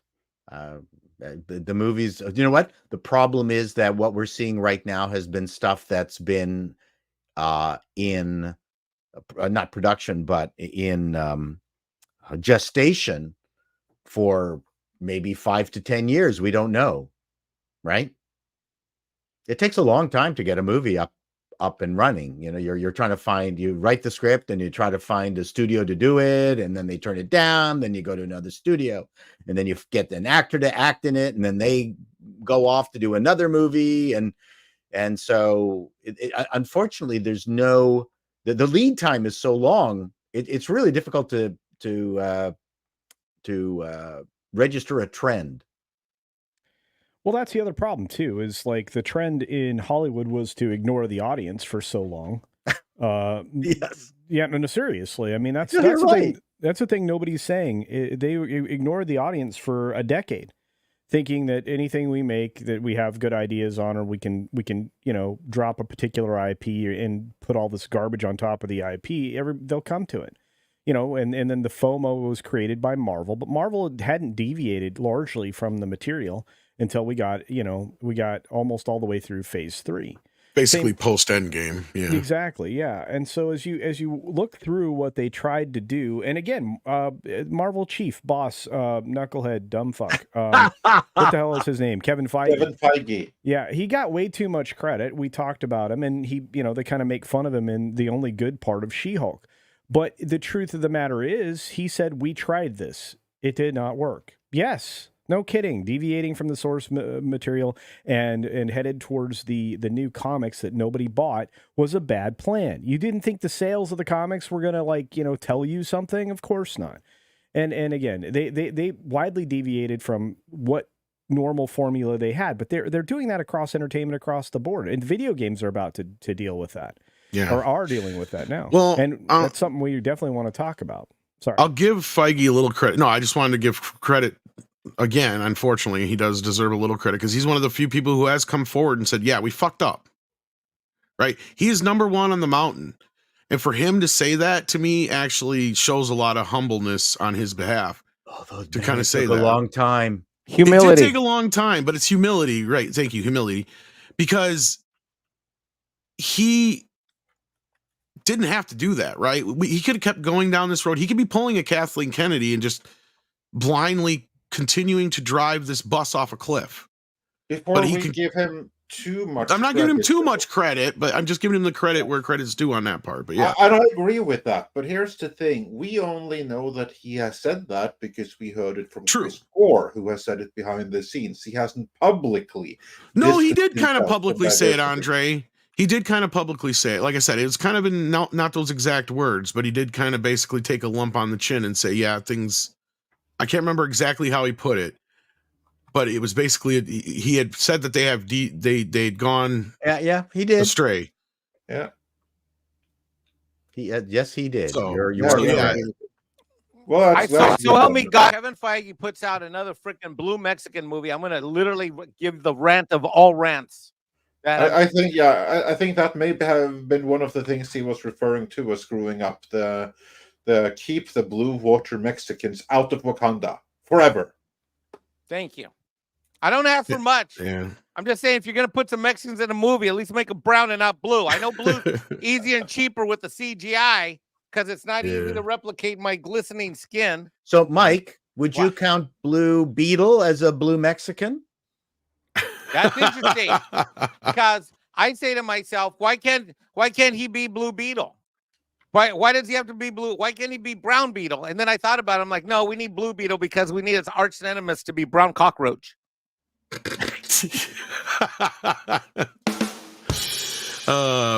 Six sent me some updated numbers in the background here, just so you guys know. Looks like Reagan might have done better than the earlier numbers are putting. Better than reported. Yeah, I think. Yeah, it's looking at it might be taking number 3. Yeah, and one of the problems one of the problems with using the numbers is that they don't have immediate access to some of this stuff, unlike exhibitor relations does. But yeah, if you look at this and it actually jumped to number 3, that's telling. Okay, because it wasn't in as many theaters, and again, it's per theater average. Maybe that's been adjusted as well. I wonder. I do want to see this, but it's only I'm a biopic freak, though. I am. Wasn't Dennis Quaid also in that Mexican golfing movie? Yes, which I also loved. Yeah, it was good. Which one is that? The Long Game. The Long Game. Okay, yeah. I remember. Nice okay, yeah, Paulie was talking about that one. Yeah. Really nice little movie. I re-enjoyed it, right, Paul? Yep. Yeah, it was good. I mean, it was. Look, the Reagan movie is way better than that. Well, seriously, okay, and that was a really pleasant movie. The Reagan movie was at least 3 times better than better than the golf movie. But it's not as great as Flash Gordon culture. Jesus. One of the greatest movies. So good for Reagan. Good for Reagan. I kind of want to see it, but I don't know if I can maneuver it. And who played Nancy in the movie? Wasn't it Penelope Ann Miller or something like that? Yeah, wasn't it? Correct. And she did a great job. Did she have to lose 50 pounds? She was rail thin. I was gonna say, I don't think she's ever been chubby. I think you're thinking of a different actress. Movie, and she looked smoking hot as a young Nancy, and she looked elegant and demure as an older Nancy Reagan. I think you might be confusing her with another actress. Okay, maybe. Because she's always been pretty thin. Yeah. Derek may be onto something here with this super chat, except that we're now starting to see a fall. Well, why don't you read it? Because I haven't got a chance to read it yet. And hello, Derek. How you been, my friend? Yeah, the DA is here for 5 casholas. We appreciate that. Says problem is Gen Z, Gen Alpha don't go to movies. They wait for video on demand. Theaters will be repurposed to sports, concerts, and events. Congratulations, Culture, on 25K. Thank you, sir. And I just want to note that the DA is my friend. Okay. Mine. One thing needs to be added to this post, and that is they wait for VOD that was paid for by their parents. Yes. That's true. And that's the other thing, too, is that, these are I hate to say this, but this is a generation and a half now of hopelessness because they feel like they've been put behind the 8 ball. Number one, because they've been indoctrinated in schools, but number 2, because the current generation of boomers that are still in power for some reason, I don't know why, have actually sold them out. The generation that was supposed to have all this change and everything else, end the wars, fight against everything, has sold out this particular generation. This will be the first set of generations that have not done better than their parents in this country, and it's all politically driven. Culture, you and I, and technically Mikey and Andre are part of what's being called now the lost generations, right? And you're 100% right. It's because we did not get power turned over to us. we're never going to be able to take that power back now because the younger generations are going to come in and take it from us underneath that. And I think Derek is right to get back to the super chat here. But the hope is that there's a generation underneath there. Like, I don't know, Mikey's kid is in that other generation. I wonder if they'll be more interested in going back to movies and rediscovering those sorts of things when they get older. I don't know. We'll have to wait and see. I have hope for it. These things go in cycles, though. But I agree. Theaters will survive through concerts and sports and stuff, though. Yeah. As a boomer, I would have to say that one of the worst things our generation has done, because we have an enormous amount of disposable income, and especially in retirement, we amassed a huge amount of income on, in general, is that we have caused of an evisceration of a generation of entertainment, a lifestyle, because we've been buying everything up. So at one point, not a long time ago, in cottage country, which is famous in Ontario, you could buy on next to a lake and you'd build a shitty little shack for $500. But that piece of land now is like multiple millions of dollars, because same thing boomers are buying up all the prime real estate up in cottage country and not putting up just a nice cottage on it. They're putting up some massive season. They're not cottages; they're homes, resorts, and homes. They're their own personal resort. Two people living in a 5,000 square foot thing, and there's a giant boat in the front. That's not cottaging. That was not the cottaging that I went to. It wasn't the cottaging where I would go up with my friend when I was 13, and the mother would stay up there, the father stayed in Toronto and worked, and I would be there for the entire summer with my friend and canoeing, and everybody else was up there. All the other kids were up there for all summer, and nothing was expensive, and the cottages weren't expensive, and it was actually a cheap way for people who didn't make a lot of money. It was kind of like our Catskills. But now everything's expensive because the boomers just went, okay, I don't care what the price is. I'm going to buy it. Like, it's done. I'm going to get this giant thing, and I'm going to own all this property. And all the other boomers want to be up in the same place that their parents had. They buy their parents' cottage that they built for only $500. And now nothing's affordable. Anything fun is no longer affordable. Even trips to places that were inexpensive to go to are no longer affordable. I'm sorry, because of the fucking boomers. Well, which is funny because you're an actual boomer. I am a boomer. I am saying the actual boomer generation. Yeah. Yeah. I'm telling you, the boomers have really skewed the whole economy. Well, and it's because you guys out. They used to pass down the wealth generationally, and I think you're right. I think you're 100% right. And it's almost like they just didn't trust us with the wheel or something. I don't know what the fuck it was. It could be true. Oh, they lived longer. That's also part of that too. Yeah. That too. They're still alive. They're still around. But that was a absolutely excellent observation. The worst thing. But took us far away from the mothership here. But it was an excellent observation, Paul. I just wanted to. I'm a boomer. It's clip worthy. I'm calling the boomers down.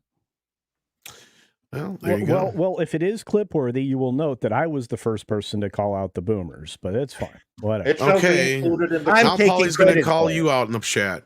Accident Seller says with 50 Norwegian krona, I don't have kids or a wife, don't have a mortgage, don't have a car, so I'm saving hugely, and tremendously in the economics. It's all confefe. Well, are you though? Because I'm in a similar position as you, Accident Seller, except I do have a kid, but he's grown, and I want a mortgage. I want to quit paying so much for rent, and actually, I want to quit paying so much every month towards a house I don't own. Right? I have no equity, and I have nothing to show for. I do have a car, but I worked hard for it and got it, and it's the best car I've ever had in my life, and I can thank Andre and you guys out there for all of that. It all comes together because of that. Paul, I don't thank him for any of that. I'm driving a 15-year-old Subaru. I'm not far off from where you're at, though. Just so you know, I'm driving a 15-year-old Subaru. No, I just had to throw a jab in there, but no, I see where you're coming from, Accident Seller, and there's something to be said about that freedom.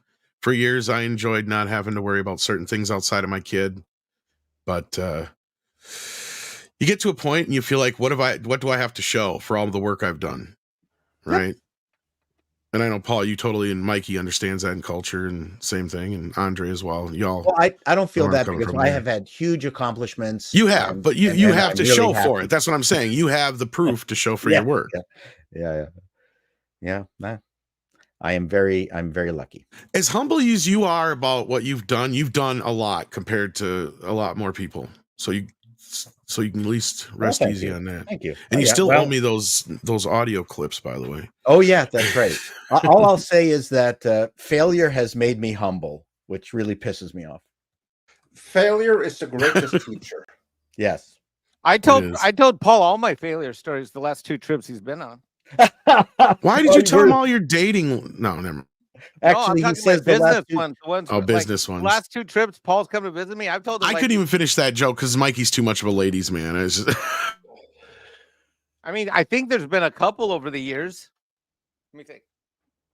I'm sure that was their fault. Did the business advice work, by the way, Mike? Dude, it worked beautiful. Every single person now does not now. Well, it flipped. There's a flip side of it. Paul gave me some business advice, and I took it. So what I did is this: I told all my West Coast clients that they have to deal with me on East Coast business hours, and if not, it's $150 an hour, starting with when I pick up the phone. And it worked, except it worked on the reverse, which is now the West Coast clients are now calling me at 9 in the morning, 6 a.m. their time to avoid the fee. But at least they're on my schedule, so it's worked beautifully. There you go. In fact, one of the clients who did need something same day, same night, told him it was okay for me to bill him $250 for something. Woo! So yeah, Nice. Yeah. Packing Protons sends in 2 and says Data predicted the end of Hollywood on TNG. Yeah. Did he? I don't remember the piece. I mean, here's the thing with Hollywood, and this is where Paul, his observation could be 100% correct, or even beyond that, and theaters could be dead in the next 5 years, right? On the other hand, they just seem to keep persisting no matter what. It's something that I feel like, kind of like with baseball and other certain things that are always, no matter how bad things get for them on one end or the other. I thought I was done with movies. We had this convo about 2 or 3 months ago. They just reinvent themselves. That's all I was going to say. And then it's like what Paul says. They put something else out you want to go see, and I go and see it. But I rely heavily on the analysis of fine gentlemen like this esteemed panel. Like I as much teasing as I give culture, I value his opinion immensely. Every time he has a review out on anything, I listen to it. You, Andre, you, Tom, you, Paul. I mean, you guys are valued, trusted analysts, and my movie going habits reflect your analysis. I'll keep this very brief because I've told, and this is just the historical part of it because we do got to get to our main topic. Hollywood almost killed itself. Like television had very little to do with how bad Hollywood was doing in the 60s. It had more to do with the shit that they were putting out. And it has a lot in common with what they're doing now. A lot of stuff that nobody wanted to see. It's like they could have been more competition. They blamed television for a lot of things, when really what it boiled down to is they were spending astronomically amounts of money on movies like Paint Your Wagons and Cleopatra and all these other movies that not enough people went to see in the theaters. So they had to reinvent themselves. So that's all Hollywood will do, is just reinvent itself. They need another independent revolution. We had the same thing happen in the 90s. It'll probably happen again in some other form. But anyway, unless anybody has anything else to add to that, I think we should put a pin in the super chats for now. Yep. And definitely get to the Agatha news before we lose culture and Paul. I'm excited for Agatha. So Andre, I sent you this yesterday. Yeah, bring it up. Let me grab the story here. So we all kind of knew that Agatha was all along never was going to be for us. What? So.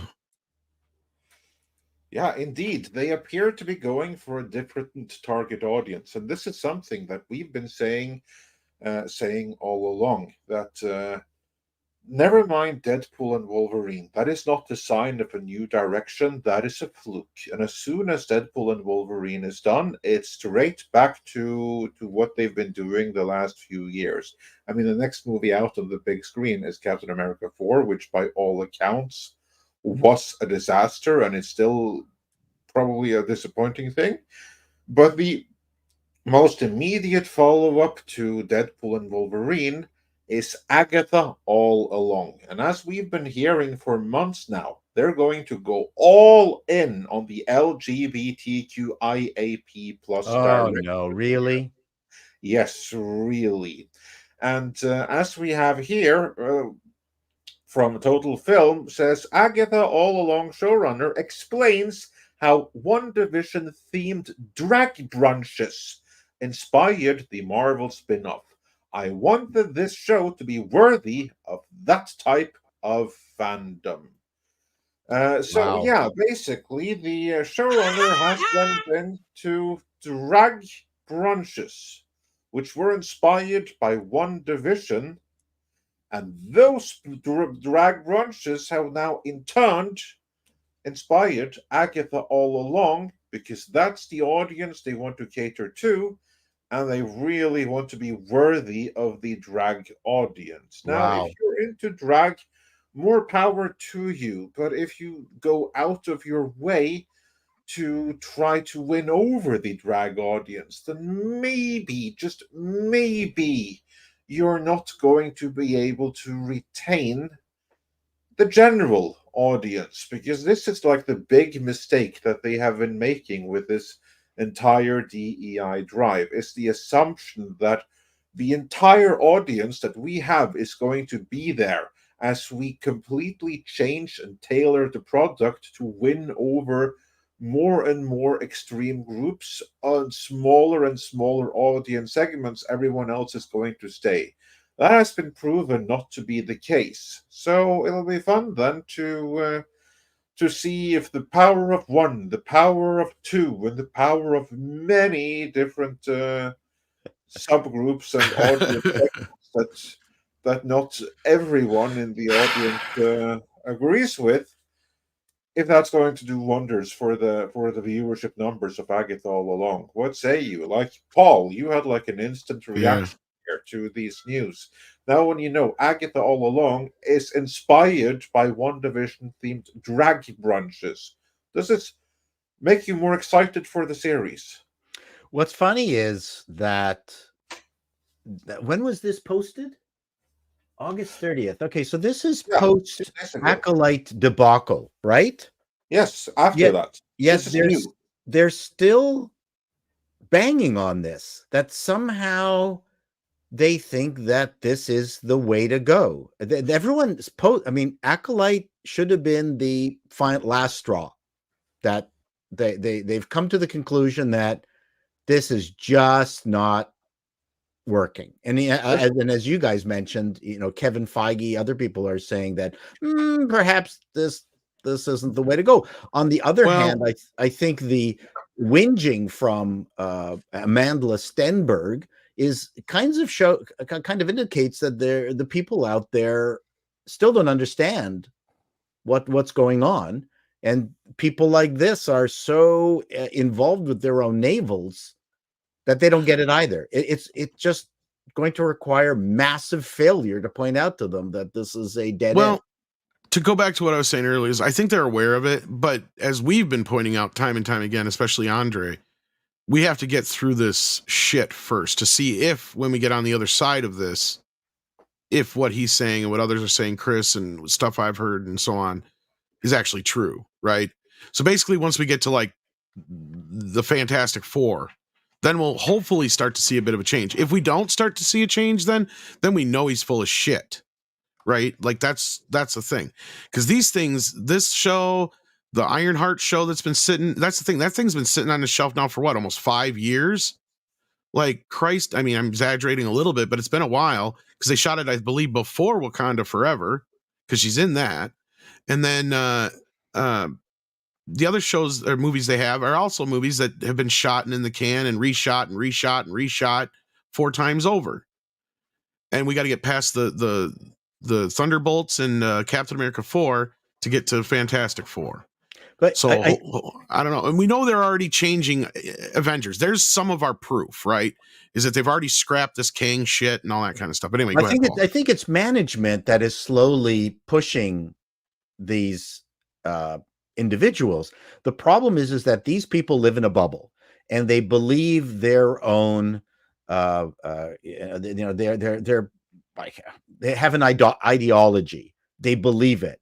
And when there's failure, they blame other people. And when there's examples like Wolverine, Deadpool and Wolverine, where things are working, they dismiss it. It's again, I hate they to rationalize the failure away. Correct. They're like the Stalinists that I went to school with. They could Correct. never see or understand the evidence that's before them. They rationalize everything. Deny it. Just like when Galileo Galilei tried to show like the fundamentalists, but just look in here, you can see it. You can see here's moons going around Saturn. No, they refuse to see it. But culture, I'm sure you have some thoughts on this as well before we point out the big flaw in this marketing drive. Well, again, I mean, you're isolating yourself to a tiny little fraction of an audience in so many different ways. From the drag audience that you're appealing to, or the LGBTQ audience. Disney is a master of minimizing their audience now. They are capitalizing on the idea of who is this made for. Well, it's not made for enough people. They're not appealing to a broad audience. So their failures are driven by their own marketing and their own inspirations. In this case, it says Branch is inspired by them, those drag brunches, I should say. And look, I mean, when you're making mass media entertainment, you need to remember the first word, mass. You need to appeal to the masses. Well, that's the problem, right? Culture is you're spending $200 million on a show that should be, and this is the difference. I'd be almost kind of intrigued if this title was instead John Waters doing a drag-inspired Halloween movie this year. That's different because he would only be spending $5-10 million on it as opposed to $200 million. You're right. Well, and again, I mean, there is a limited number of people, that are interested in going to see drag performances. If you said this was a John Waters Halloween movie, I'd be totally there for it. I got you. It would be quite different, yeah. But look, I mean, if this is what the show is about, and we're going to get musical elements, we've already been guaranteed. Then you're further limiting your audience again. I mean, because believe it or not, musicals do not appeal as broadly as a lot of people would like them to. I mean, one of the most recent musicals out there in the world, would have been the one that Rachel Zegler drove to failure. It was a remake. West Side Story. It was a remake of West Side Story.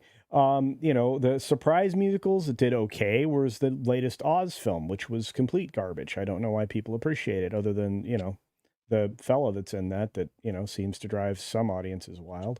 But overall, I think that this show, and probably every way it's been presented, from the showrunner to obviously its inspiration, you're going to have a hard time with this. And I'm going to tell you right now, anything that promotes itself as an all woman, all something, or woman, whatever driven or whatnot, this is also again limiting the audience, because there's no such thing. When a man's directing a film, you don't think there's women involved in that? Of course there is. Behind the camera, absolutely.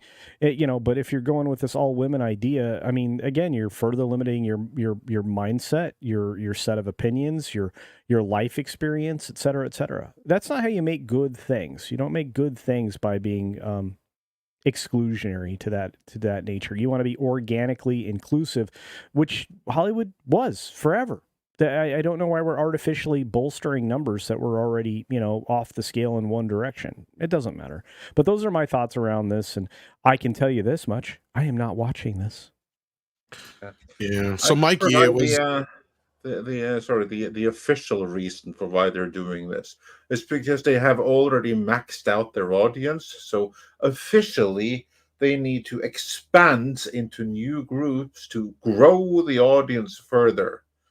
In the process, shrinking it tremendously, which seems to be the practical outcome. I was gonna say, Mikey has been quiet on this. What's your reaction to this drag show? I ain't going to see no drag crap. Well, that's solves it right there. And this is kind of like the problem that they have, because for a while there, Hollywood went all in on lesbians and figured if we just put a chick in it and make her gay, everyone is going to flock to it. I don't know why they thought that, but they seemingly did. Maybe not everyone, but there are certainly true believers that absolutely believe that. That's what they did with the Acolyte, and that's what they did here. Their problem is that, well, some may have learned that, so if we really just go all in on LGBTQIAP plus entertainment, we're going to get the LGBTQIP plus numbers, which aren't really all that Which aren't high. that They big. figured that out now. But the problem is that this thing is already in the can. They already wasted the 200 million on it. So now what's they're going to do? They can try to say, whoops, sorry, we screwed up here. Or they can try to pretend like nothing and say, yay, diversity for everyone, or something like that. Well, and that's kind of where I'm coming from, they're is they doing. still obviously have to, play the game, right? Yeah. They got to put this out there. They're And locked at in this now. point, this actually, my observation, this looks more like desperation than anything, because I think they know that there's no way the general Marvel audience is going to watch this, let alone the general audience. So they're going to have to go after whatever numbers they can. And if anything, I wonder if this is a pivot after what happened to the Acolyte to try and get in the audience that they were hoping they were going to get with the Acolyte, but didn't show up to the Acolyte, to where Marvel's a little bit more accessible to the broader general audience right now than Star Wars. But I could be wrong on that. But if you even if you get every single person, Oh, I'm not disagreeing on that point, but this is like, you're looking like, my point is like, I know where you're going, Culture. You're going to say you're still going to be minimal numbers, right? Yeah. Well, this is like you're basically looking at, we've got a warehouse full of shit. How do we get rid of it? There's only one audience that's going to be interested in it. Let's go after that audience. That's kind of what I'm saying. But Disney now has pure disdain for their core audience. They are having a very hard time pivoting out of the family thing, and they aren't enjoying all the negative publicity that comes out of not appealing to traditional families. And at the same time, they're also setting themselves up for future failure because you're appealing to folks that don't procreate. And so your future generations I agree with you. Your future generations of audience are going to be just further and further self-limiting until you're at a point where you got nobody. Disney, this has never happened before. You've never had this much short-sightedness. Disney's actually counting on a future where you're going to be forced to watch their garbage, right? It's going to be part of your social credit score. I don't think they're so sure of that anymore. That's my point, is yes, we have to get past this, but I'm not so sure that they know that that's a done deal, because I've been seeing a lot of advertisements for Disney stuff lately that makes me wonder if they don't realize they fucked up big time. Management, but the people, for instance, that are posting stuff like this for Agatha are in their bubble and will remain in their bubble. And as Andre said, they will have nothing but excuses. Oh, I'm not disagreeing that point. My point is, though, my point is they know this is a failure already. They know nobody's going to be interested in it. So they're literally going after the one audience they know might be interested in it. That's what I'm saying. I don't know if that makes sense to anybody but me. Knowing what I know about showbiz and television shows is that even if in the back of their mind, they are kind of suspecting that this is where it's going, they won't admit it until it's finally out and the numbers are out. They're hoping beyond hope that they've got something that will not trend the way that everybody is predicting. Right to the bitter end. Probably, yeah. Probably you're entirely right that I'm sure that many people are sure behind the scenes that this is going to be a disaster, but they'll be quiet, they'll say nothing, everyone is going to pretend to themselves that, yay, this is going to be a hit.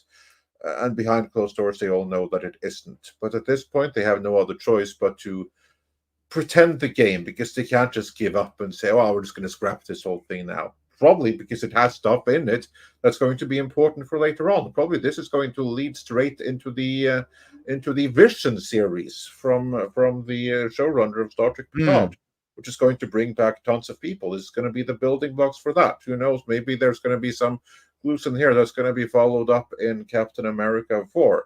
I'm sure this thing right here, like so many other stuff, has things that means that they have to release it, no matter how shit it is.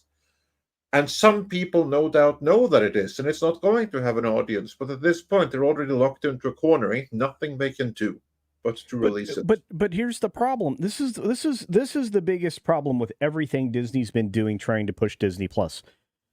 You are now destroying your films.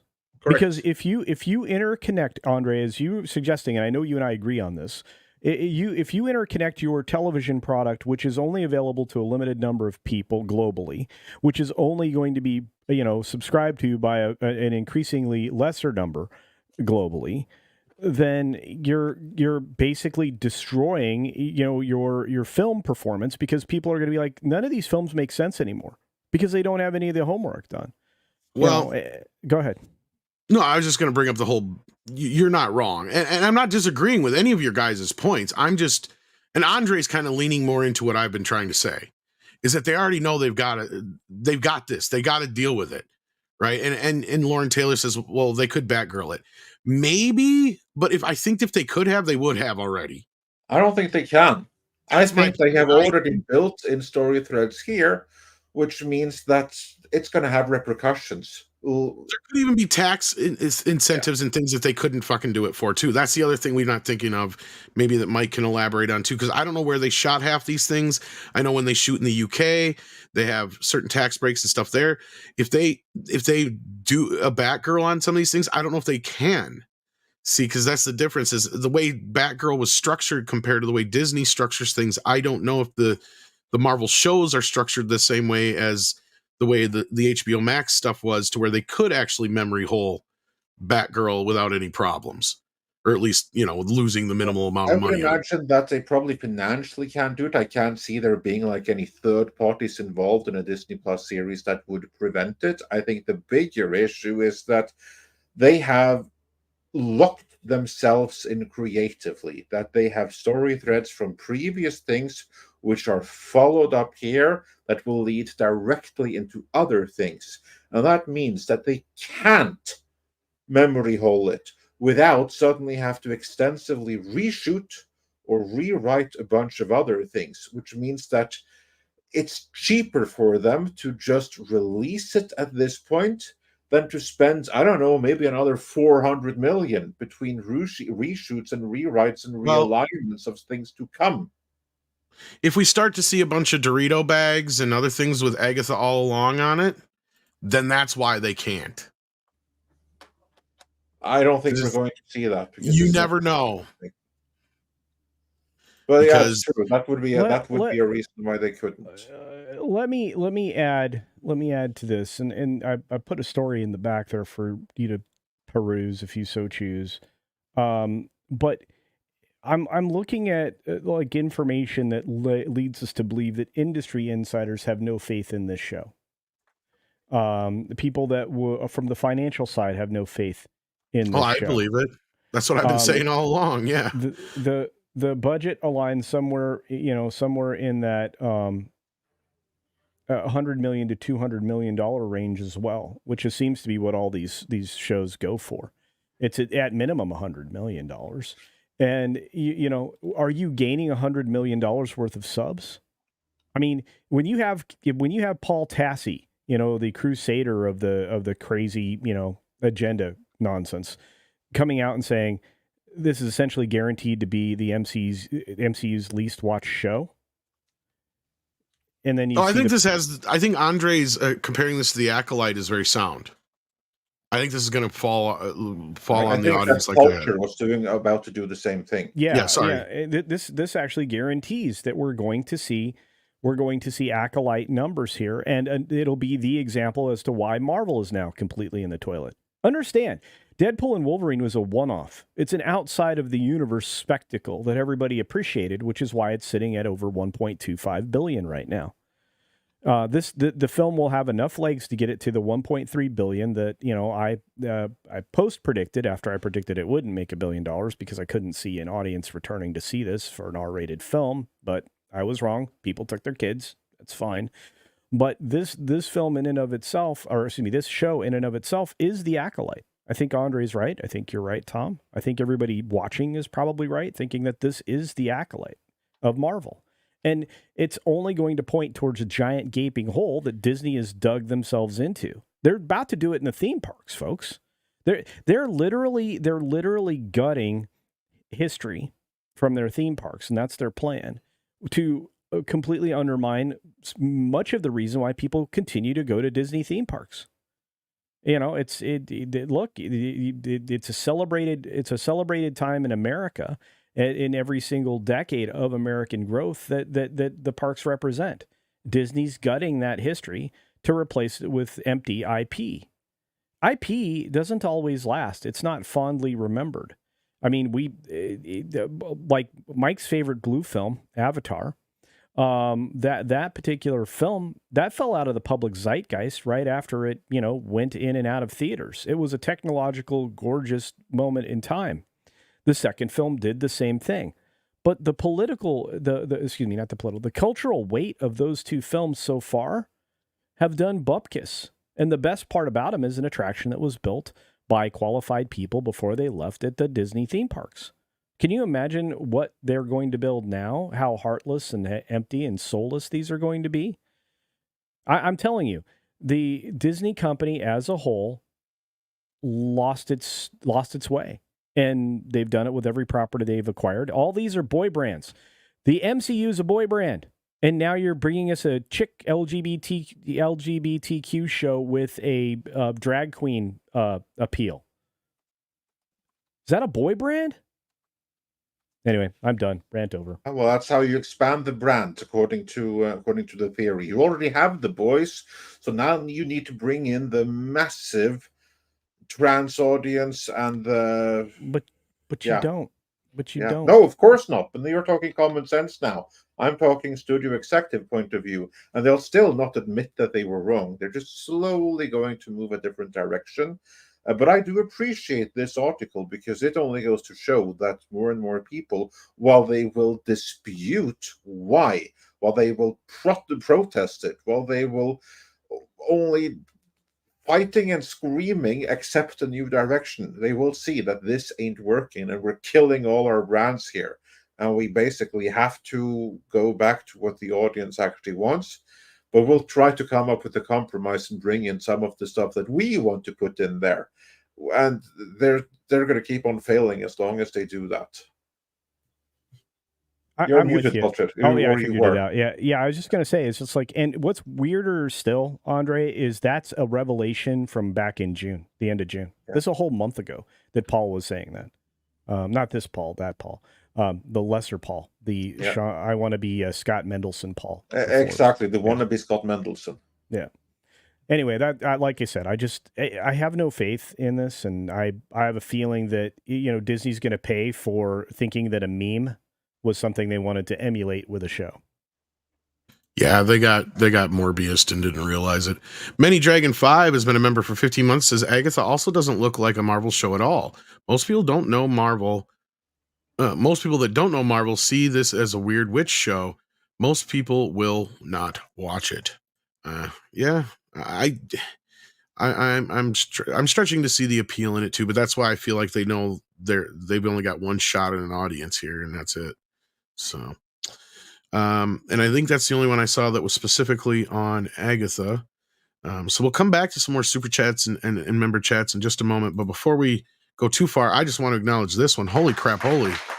Stormweaver sending in 50 Canadian dollars and says, to the crew of Midnight's Edge, all the best from Canada. Keep up the fight against the woke mind virus.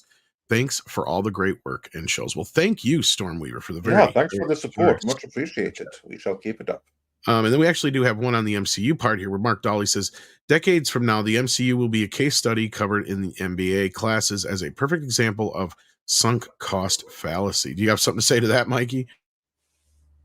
Dude, I just want this era to be over with because because it's just painful to experience it. I am not excited for anything.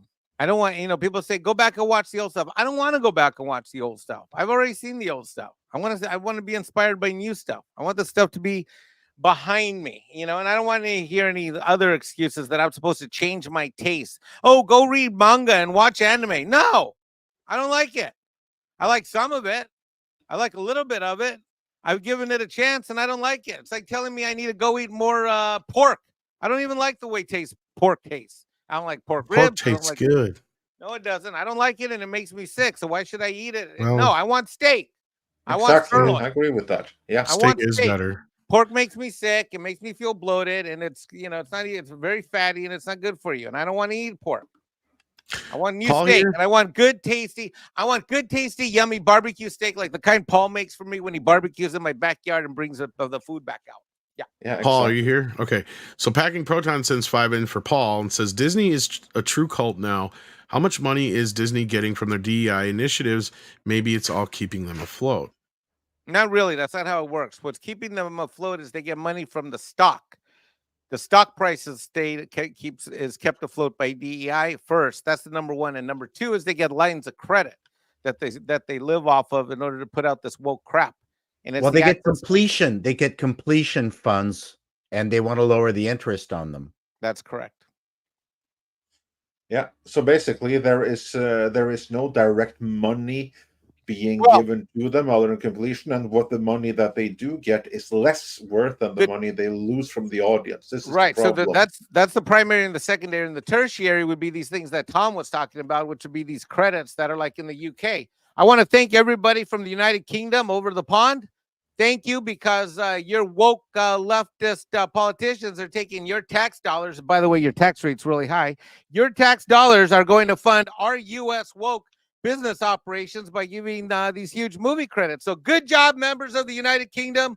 Good job, Commonwealth. Way to work hard and not be able to afford food and have your tax dollars go towards supporting woke propaganda from the United States that can spread throughout the globe. Well, we Good have job, to, members of the Commonwealth. Good job. and we have to thank Robbie Starbuck here for revealing all the DEI nonsense. Yeah. And just to add to what Mike was saying, he of course meant your tax pounds and not tax dollars, but otherwise accurate, yes. Right. Tax money in general. AF Watcher sends in $1.99 and says, so Gambit, Blade, and Men might return? Maybe, you never know. There's been some rumors about Blade. So He's saying stay tuned on that. Foxmen. Gambit, Blade, and the Foxmen might return. Yeah.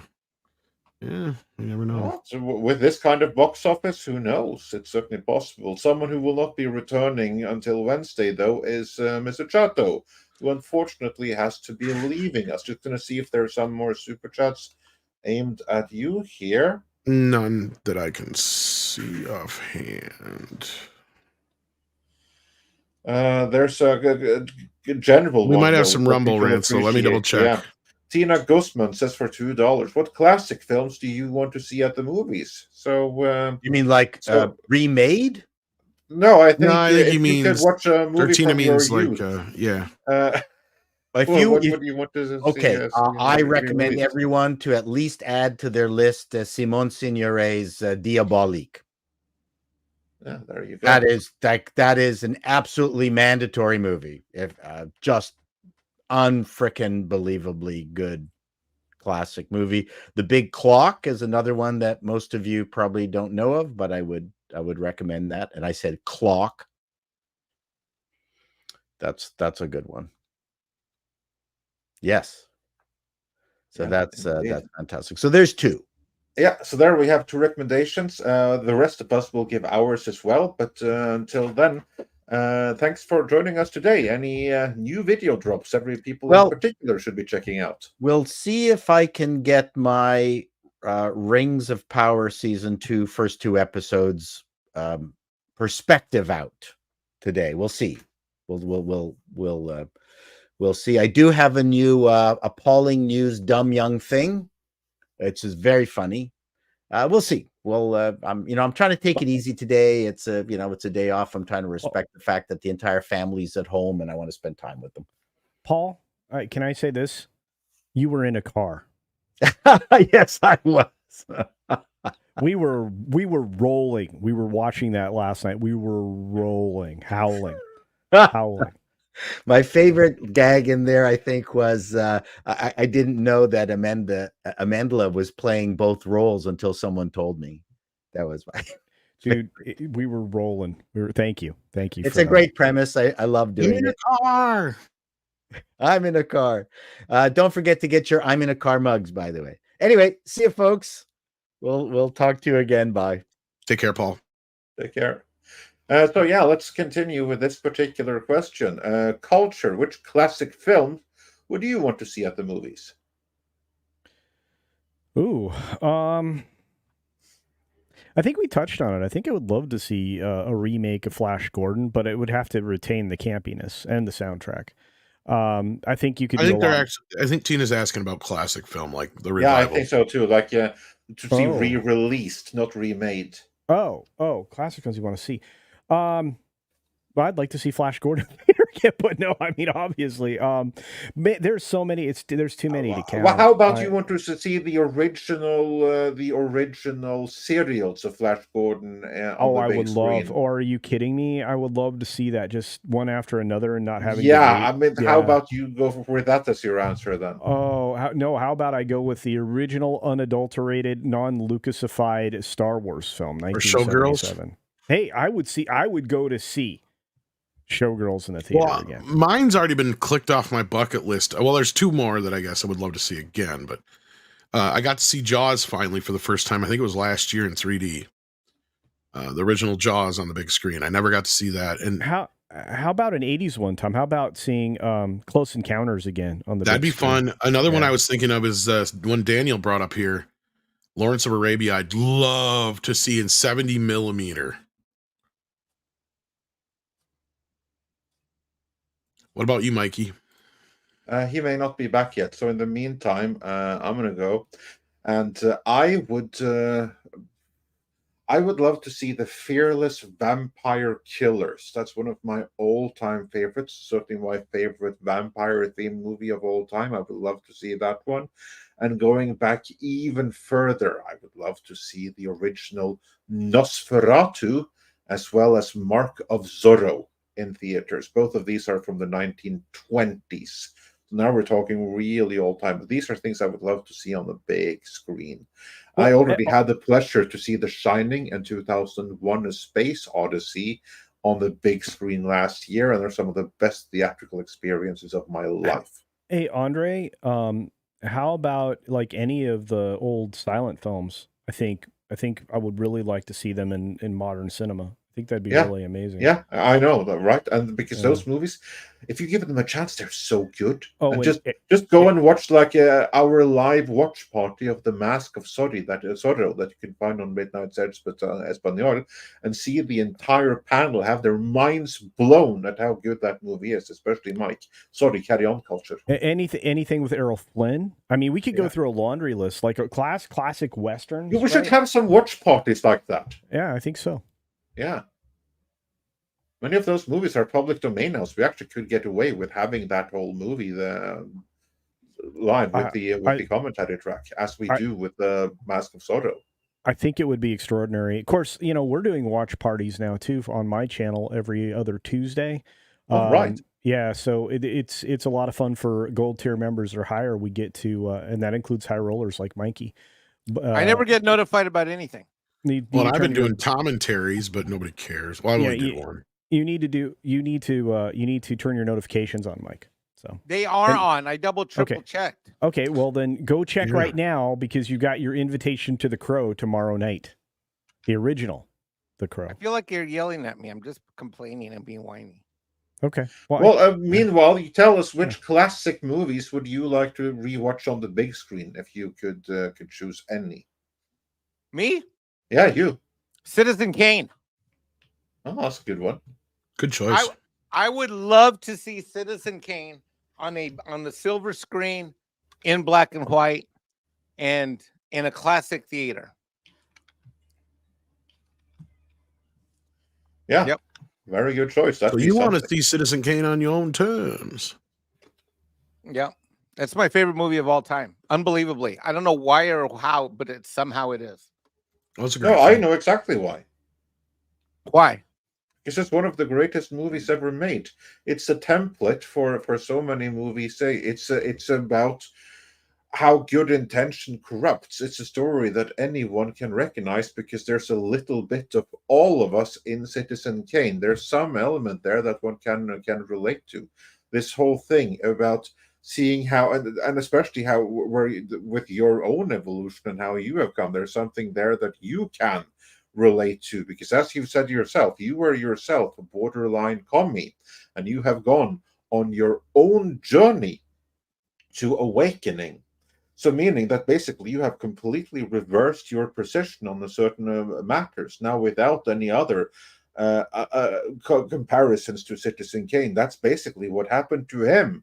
It's not necessarily him losing his way, which is what he did, but he went on this journey where he completely lost touch with what he was. Just that particular thing, how you go through a personal evolution for better or worse. Now, so that's why I'm like emphasizing, never mind the models and stuff like that, but just this journey of change is something people can relate to. That's why it's such a universal appeal of the story, because there's something you can recognize in yourself, there's something you can recognize in others, there's something you can recognize in people you once looked up to and who you no longer do. It's all the Citizen Kane journey. It's basically the you either die young and be a hero, or live long enough to see yourself become a villain. That's how you sum up Citizen Kane. But at the same time, from his perspective, he goes through a journey. It's a very human story. Well put, Andre. I agree. Well, and William Randolph Hearst tried to get that film to never get out to the public. By the way, Citizen Kane. That guy. Yeah. Well, that guy's fucking warmonger and one of the worst people to ever live. So, yeah, fuck what he has to say. I'm glad he failed.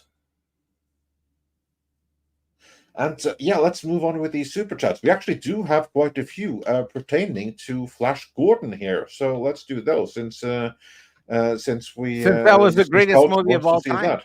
Yeah. Patrick Robinson wonders, does anyone remember the 2007 Flash Gordon show? Which I never saw myself, but this was a Sci-Fi Channel series. I know, because they this was in the aftermath of Battlestar Galactica, which was modernized, and that really worked. And they tried to modernize Flash Gordon as well. I can see that culture. You incredibly haven't heard of it. If you want to be frustrated, look what they did to Emperor Ming in it. Oh boy, really? Okay. Well, all right. PC Ming. Yeah, go to kind of, yeah. And SGD Point Blank says for $2, Jeff Goldblum for Ming. Hello, I watched the hell out of that. Now that's I think that's a killer choice right there. I think Fisher Stevens would have been a good choice several years ago. He might have been. There's many boys, many who could do that. Goldblum has a show right now where he's playing one of the gods, I think. You guys know what I'm talking about? Not right now in this second. I think it's on Netflix. Anyway, I mean, when I see him, I usually try to tune in for whatever it is because I think he's brilliant. I think he would be a good choice for me. But the question is, would he play it to the hilt? This is unlikely. He'd probably be cancelled for it. Oh, that's a shame. This is kind of like the thing why modern day Flash Gordon adaptations would be a bit etchy because Ming is kind of like a Chinaman of the portrayals that you from the time, which is why in later animated portrayals they made him green, so at least he wouldn't be yellow. I mean that's something, but yeah, that would be slightly risky for an actor to take that on today. And also on that topic, Mihon says for 50 Swedish krona, tusen tack, bought Flash Gordon 40th anniversary and the Fifth Element 4K editions. Any Toxic Femme today? The King's Choice is a great biopic after Schindler's List. Yeah, that's a good recommendations here. So Tom, I believe there should be Toxic Femme today, wouldn't it? 50-50 shot. 50-50. Yeah, all right. Waiting to hear back from the ladies to find out for sure. Being Labor Day, I don't know, but oh yeah, of course. Yeah, that's the thing. We'll see. Yeah. We'll see. I'll keep you posted on that. I'll keep you posted on that for sure. I believe so, but I don't want to commit. Yeah. Yeah. Well, so most likely it will. But yeah, and Pablo Papano also says Blue Mexican is my favorite superhero, as opposed to Green Ming. So yeah, culture. Did you find Ming from the 2007 series? No, but I wrote it down. Okay, I'll find it here. And while Tom, you can run through a couple of these super chats, and I'll find Ming in the meantime. All right. We got see here. Action Count sends in $10, says, remember Channel 1 in schools where Anderson Cooper got his start crying in Sarajevo? Most of the reporters from that channel are now on gas pump televisions. Oh, I remember this stupid thing, Channel 1 thing, yeah. Anderson Cooper. Anybody else? I think both Paul who else came from there? Trying to remember. I thought there was somebody else that was big from there, but maybe I'm thinking of a different thing. Anyway, yeah, I remember it, but I think Culture and Mike might be too old to remember that. But yeah, I have no idea what you're talking about. Yeah, it was just this piped in like news for kids in schools. SFX F314 Sabretooth Raptor sends in $2. Says, Tom and everyone have a great Labor Day. Well, thank you. Appreciate that. Accident Sellers here and sends in another 15 Raging Corona and says, Van Helsing 2004 is a guilty pleasure. Dracula actor stole the show for me. So cheesy and funny. Oh, Gabriel, allowed me to introduce myself. That's what it says, not reiterate. Yeah. I didn't care for Van Helsing, but I liked the concept, and I felt like that they should have kind of gone with something like that for the Dark Universe, using Van Helsing as kind of a central character. But yeah, so here's your Ming the Merciless and the new Flash Gordon. Culture, what say you? Here's Ming the Merciless anno 2007. Political correctness had begun. I hate this. I kind of figured. I'm not sure I have never seen this series myself, but again, this was in the aftermath of Battlestar Galactica. Now, Battlestar Galactica, that worked. Take that treatment and give it to Flash Gordon, I'm not sure it works anymore. I don't think I would be interested in any of this. It lasted one season. It was meant to be like a multi-season thing. Didn't happen. The audience weren't having it. Wow. Wild. So I think you're better off sticking with the 1930s serials. You'll have more fun with those, probably. Certainly with Ming in them. Yeah, I think I would go back to the old stuff. And look, I think in looking at this, I guess Eric Johnson plays Flash. Yes, that is correct. Okay. There's no in it at all because again, I don't care. Every time somebody says Flash, I do that in my head. Yeah, wait, I'll find Flash Gordon himself here in a second. He does not look like Flash Gordon to me. Not in that freaking. He's not a jock football player. He doesn't have that look about him.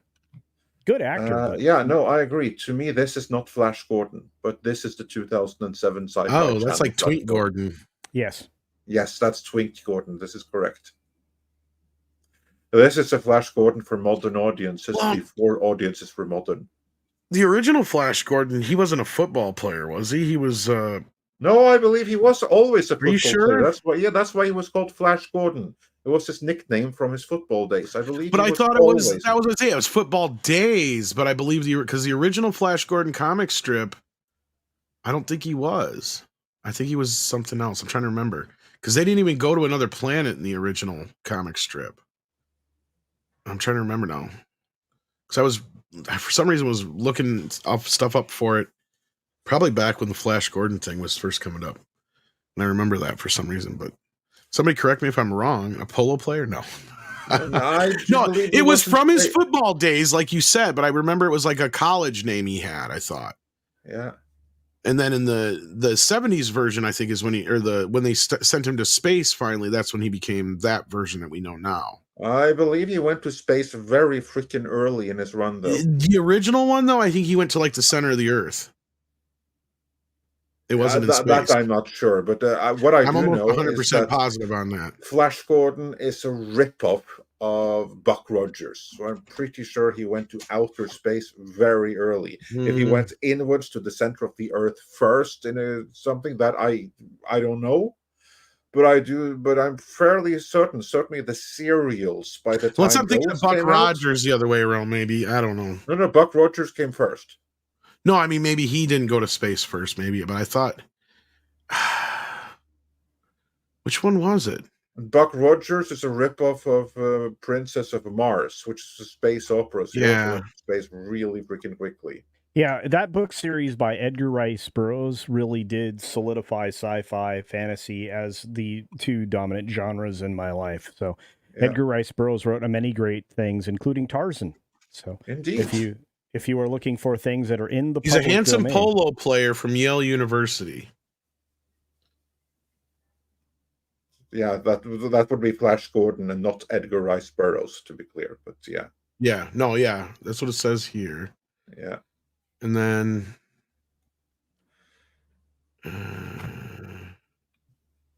And of course, all of these were based on the little known tale of Tenochtitlan, who in South America traveled to the ancient jungles. But, his story was lost and never told. Well, we got it indirectly through the many ripoffs. Yeah. Yeah. I made that up, Andre. That's not real. Yeah. Well, I'm sure there was something like that was lost with so many other both fiction, fables, and everything else that was burnt down, which is a shame for all of mankind. But yeah. And then moving on in the meantime here, Ruby Hoove gifted one Midnight Edge membership, and we thank you so much for it, and congrats to the ones that picked it up. Dr. Longdonglud sent £1.99, reminding everyone to please smash that like. We have more than 1,000 watching. We don't have 1,000 likes yet, so please get us to 1,000 likes. We got that regularly, so get us back to that. Ruby Hoove also says, happy Labor Day, stay safe, have fun. Yes, indeed, apart from those here who will be working in celebration. And Varachi has been a member for 29 months, saying, my friends and I used to talk movies, TV, comics 30 years ago all the time. Now we talk about beer, whiskey, and travel. Hollywood has lost us. Yes, indeed. Though some of that may have to do with age as well. Saying that could be a little bit a factor in it, and being in a different stage of life. Like, I also spoke much more comics and TV with my friends 30 years ago, and we still do a little bit, but much less than we would otherwise. And part of that is Hollywood.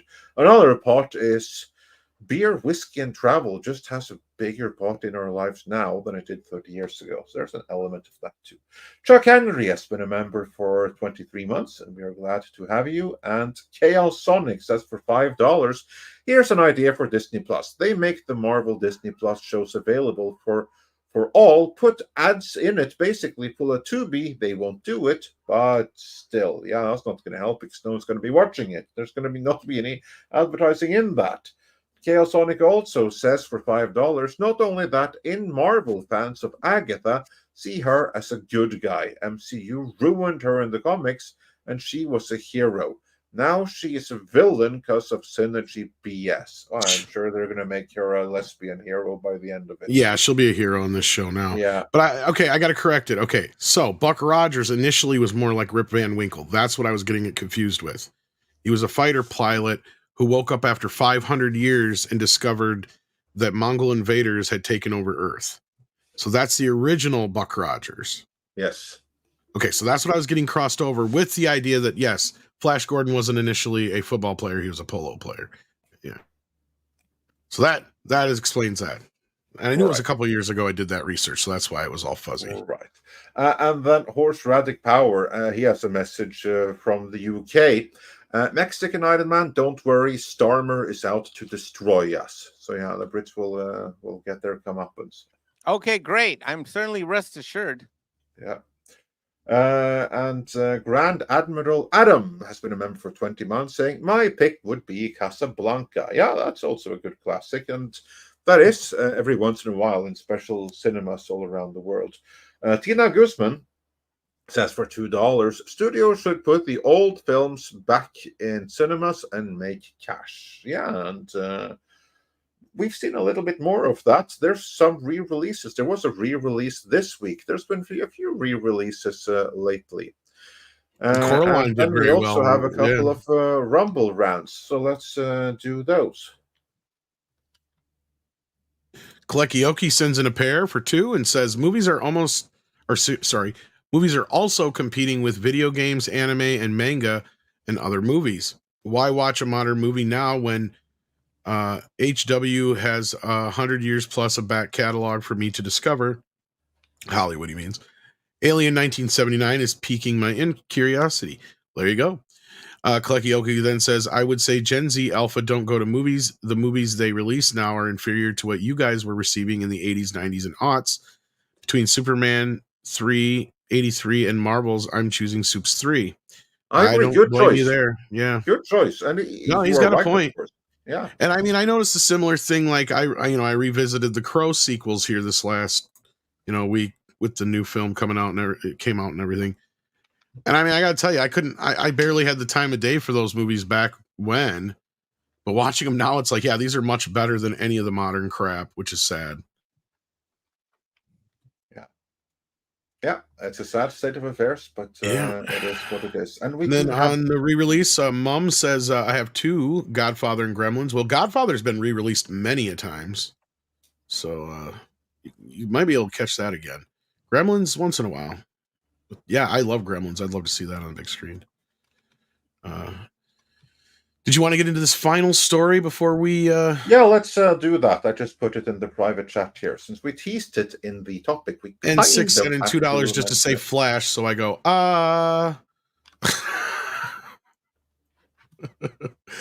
okay.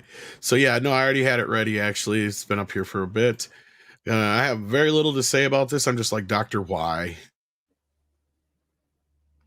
Yeah, so basically the gist of this story, for those who are not watching the screen, is that Doctor Who has not been renewed for season 3, confirms showrunner Russell T. Davies, which is incredible because Doctor Who was so inclusive and so for everyone now, and we kept on hearing how young people were into it.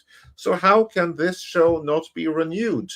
Could it be that it's going the same way as the Acolyte, that it's heading towards cancellation on the altar of diversity, equity, and inclusion? Cultured, what say you?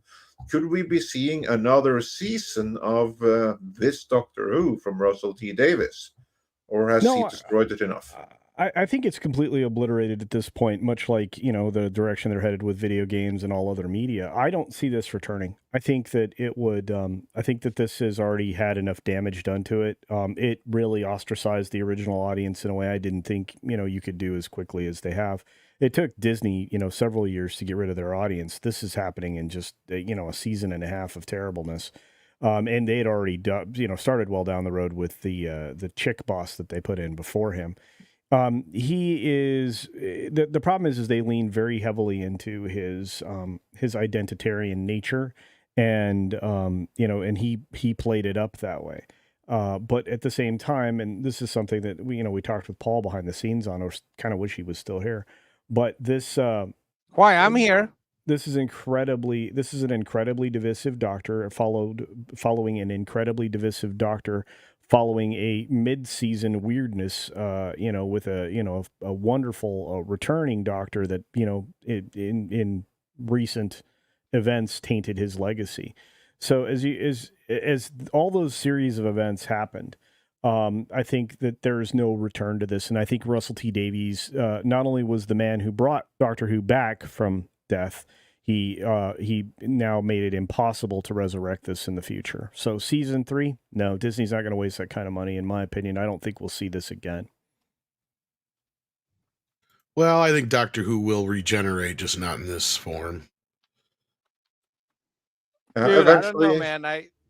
I'm done. Like, who saw all these seasons? I did. Culture, did you see the last season? Yeah, I had to, and then I did. I can't believe how much I covered this year, because I had kind of taken a break from it after the massive badness that was headed that way because of Jodie. But I covered it this year so I could talk about the ratings, and I don't think I've ever seen something more poorly rated more quickly than this show.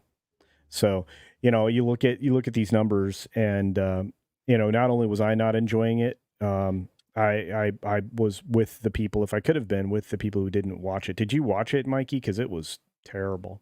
Yeah, I saw all of it. Yeah. You know the best episode? None. No. There was the one with no doctor in it. Oh yeah, that one with the chick. She's so cute. Yeah, and she's the one they fired. Better things. Yeah, Millie Gibson was the best part of the show, and she was still terrible. Well, the show was terrible. It wasn't her fault. But yeah, well, that's why they fired her. She's too white. She was hot. Yeah, but no, that's a very toxic reaction. That's why she had to go. This thing's a train wreck, and I have zero interest in watching it anymore. It was painful. I had to watch this and the Acolyte weekly for Doomcock show, and it was painful as crap. It was awful. And I'm a doctor, and I'm a Whovian. Like, this was, man, I'm telling you, this doctor made Jodie look acceptable to me, and she sucked. I don't know. Yeah, when you long back for the previous thing because it wasn't as bad as the current thing, that's it was so great painful, success, bro. It was so painful, awful, yeah. Awful.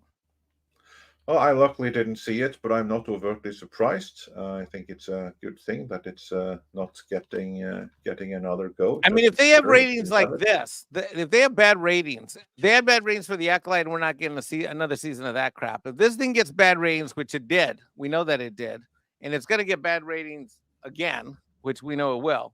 I can't imagine Disney's going to buy into this thing again and waste all that cash and waste all that money.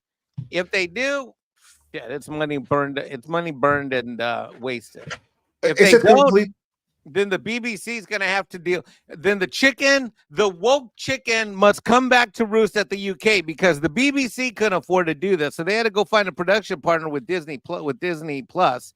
Disney Plus subsidized this whole thing, and now it's got to go back to the BBC if they can't find a distribution partner like Disney Plus or somebody to pick this garbage up. So then what's going to happen? Doctor Who dies, fades away, or it has to course correct and actually appeal to the fans. I mean, the Doctor Who spans generations, more generations than Star Wars, and it spans almost as many generations as Tolkien. Now, I'm a Whovian, so I'm a little bit biased in this thing. So it was pretty miserable, but it's dead and it ain't coming back, and I hope it doesn't, and I'm not watching more of this garbage.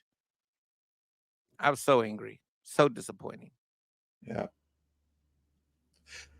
it's another property sacrificed on the altar of DEI. So yeah, it's a tragic story. But yeah, I agree that the Doctor probably will regenerate at some point in the future, and hopefully in a far better iteration than this. Yeah, if not, it's a good place to start over from ground zero. Yeah. Just give it a rest. Let's wait 4, 5, 6, 7 years and then bring it back and go. It's such an institution. I just don't see it going away forever. That's my point. Dude, I don't know, man. Like all of my friends, like all of my friends that I had that were Whovians, that my fellow nerds that I would talk to and deal with or debate with, it's like because we all have different favorite doctors and favorite seasons of doctors and da. Bro, like I was the last one hanging on for dear life. They've all left and they don't care. Because to them, they're like, look, I had my favorite doctor. I'll rewatch my favorite doctor, and that's it. You know, because that's how we were already like split into camps. All of us who are Whovians, we all have our favorite like doctor, our favorite seasons of that doctor, and then we have our second favorite doctor, and yada, yada, yada, yada. We all have that. And so now that they've blown this up by giving us a doctor that no one likes, we're all just like, screw it. We'll just go back in our little cubby holes with our little Doctor Who Legos, with our favorite little, doctor. It's like we're taking our little kit back with us at your hole, and we're just going to go back and just say, screw it. And that's what they've done. There's, it is what it is. Very disappointing. You are echoing, Mike, the same sentiments that the people that I know that are Whovians were espousing as well. It's like, look, Pertwee, maybe Smith for a little while. You can go back through all of the ones that you thought were interesting and decent doctors, and you can certainly go back and return to all of that. But I think one of the worst things to happen to Doctor Who was Big Bang Theory. And from that point forward, when you take Doctor Who mainstream and it starts showing up, in outside of, Comic-Con events and stuff like that, you've got a problem because now it's going to get ruined. We need to realize that if we want to protect our properties, very few of them can actually go into the mainstream because the mainstream is polluted with just terrible people that will do terrible things to your canon. You will rue the day that they show up. You have Ruin Johnson show up and wreck something. You'll have Taika Waititi show up and ruin your something. He'll ruin your zeitgeist in a minute, baby. It's just you have terrible, terrible people out there, dude, and that's what happened. I think to who. I think you're right. So, yeah. Doctor Who cares? Well, Quite a few people. I did. I used to.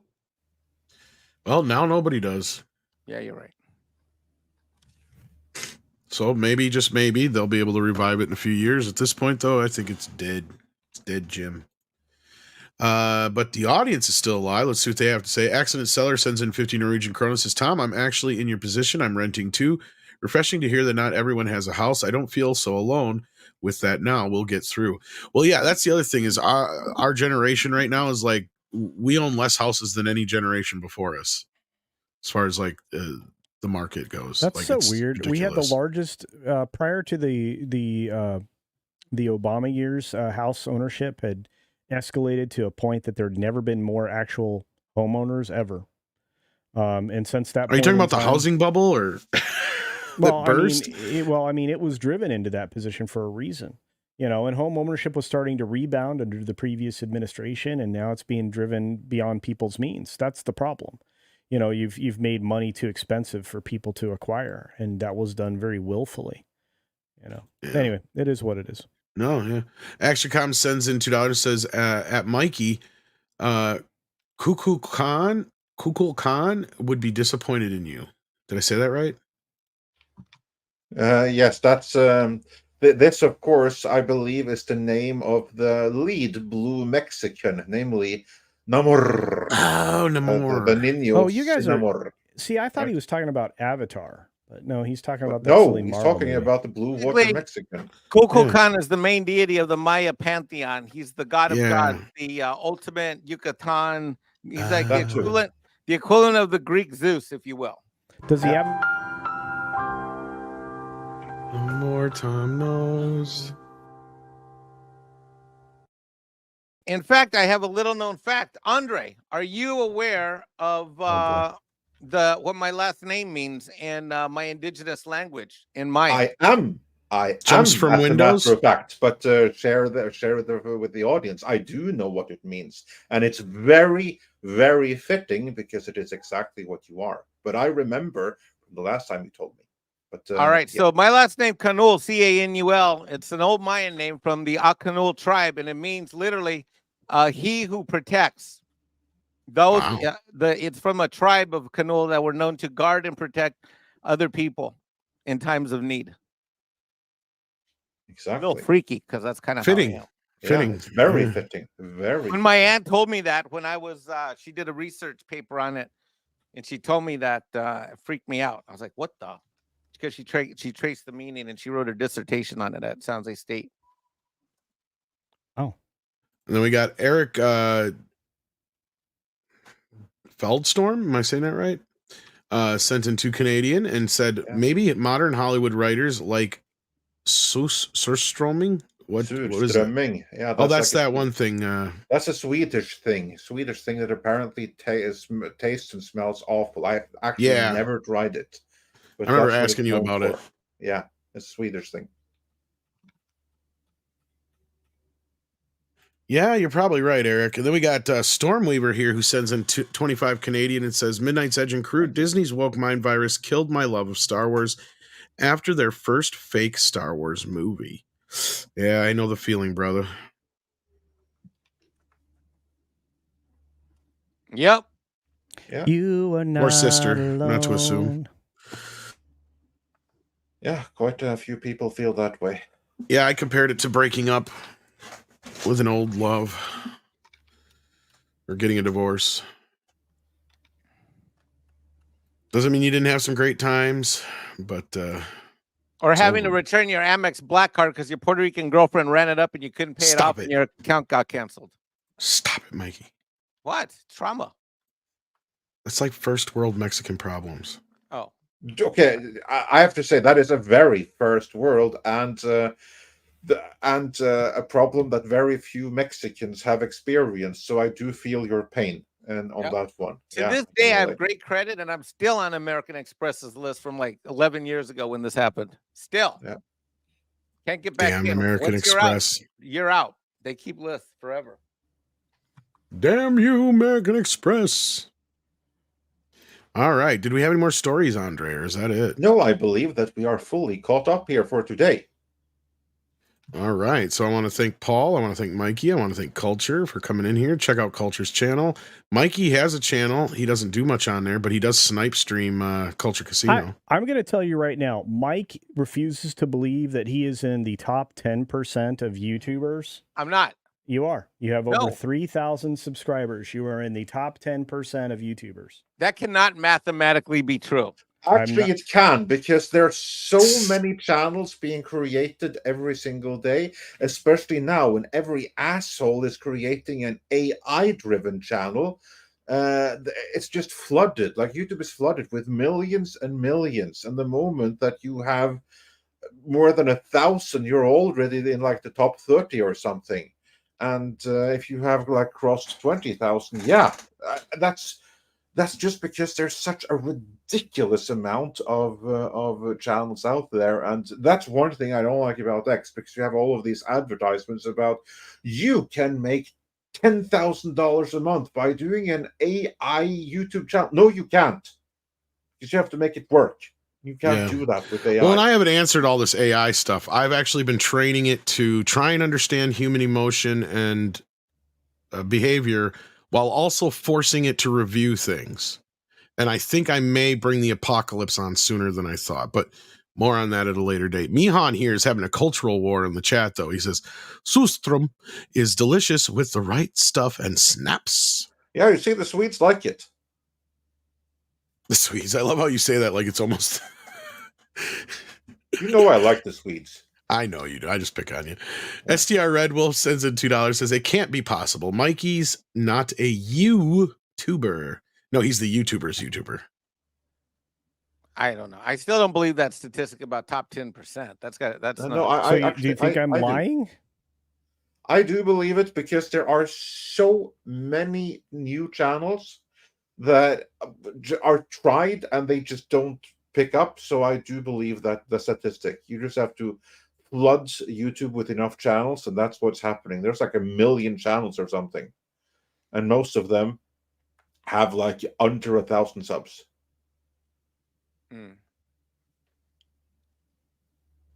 Yeah. So well, we got another Action Com super chat here. And koalas hate collard greens. They probably don't like collard greens.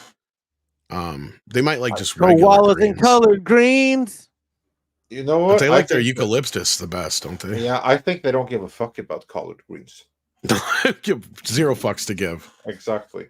And with that, well, I'd like to say thanks to everyone for watching. Please smash your like on the way out the door. Be sure to check back later for video drop as soon as it's finished. Check back for Toxic Femininity if there is one tonight. If there isn't, then check back for more video drops. Check out Cultured Casino's channels, both of them. Links are in the description. Check out Mike wherever he is. He also has a channel. Anything anyone wants to plug on the way out the door? A redhead?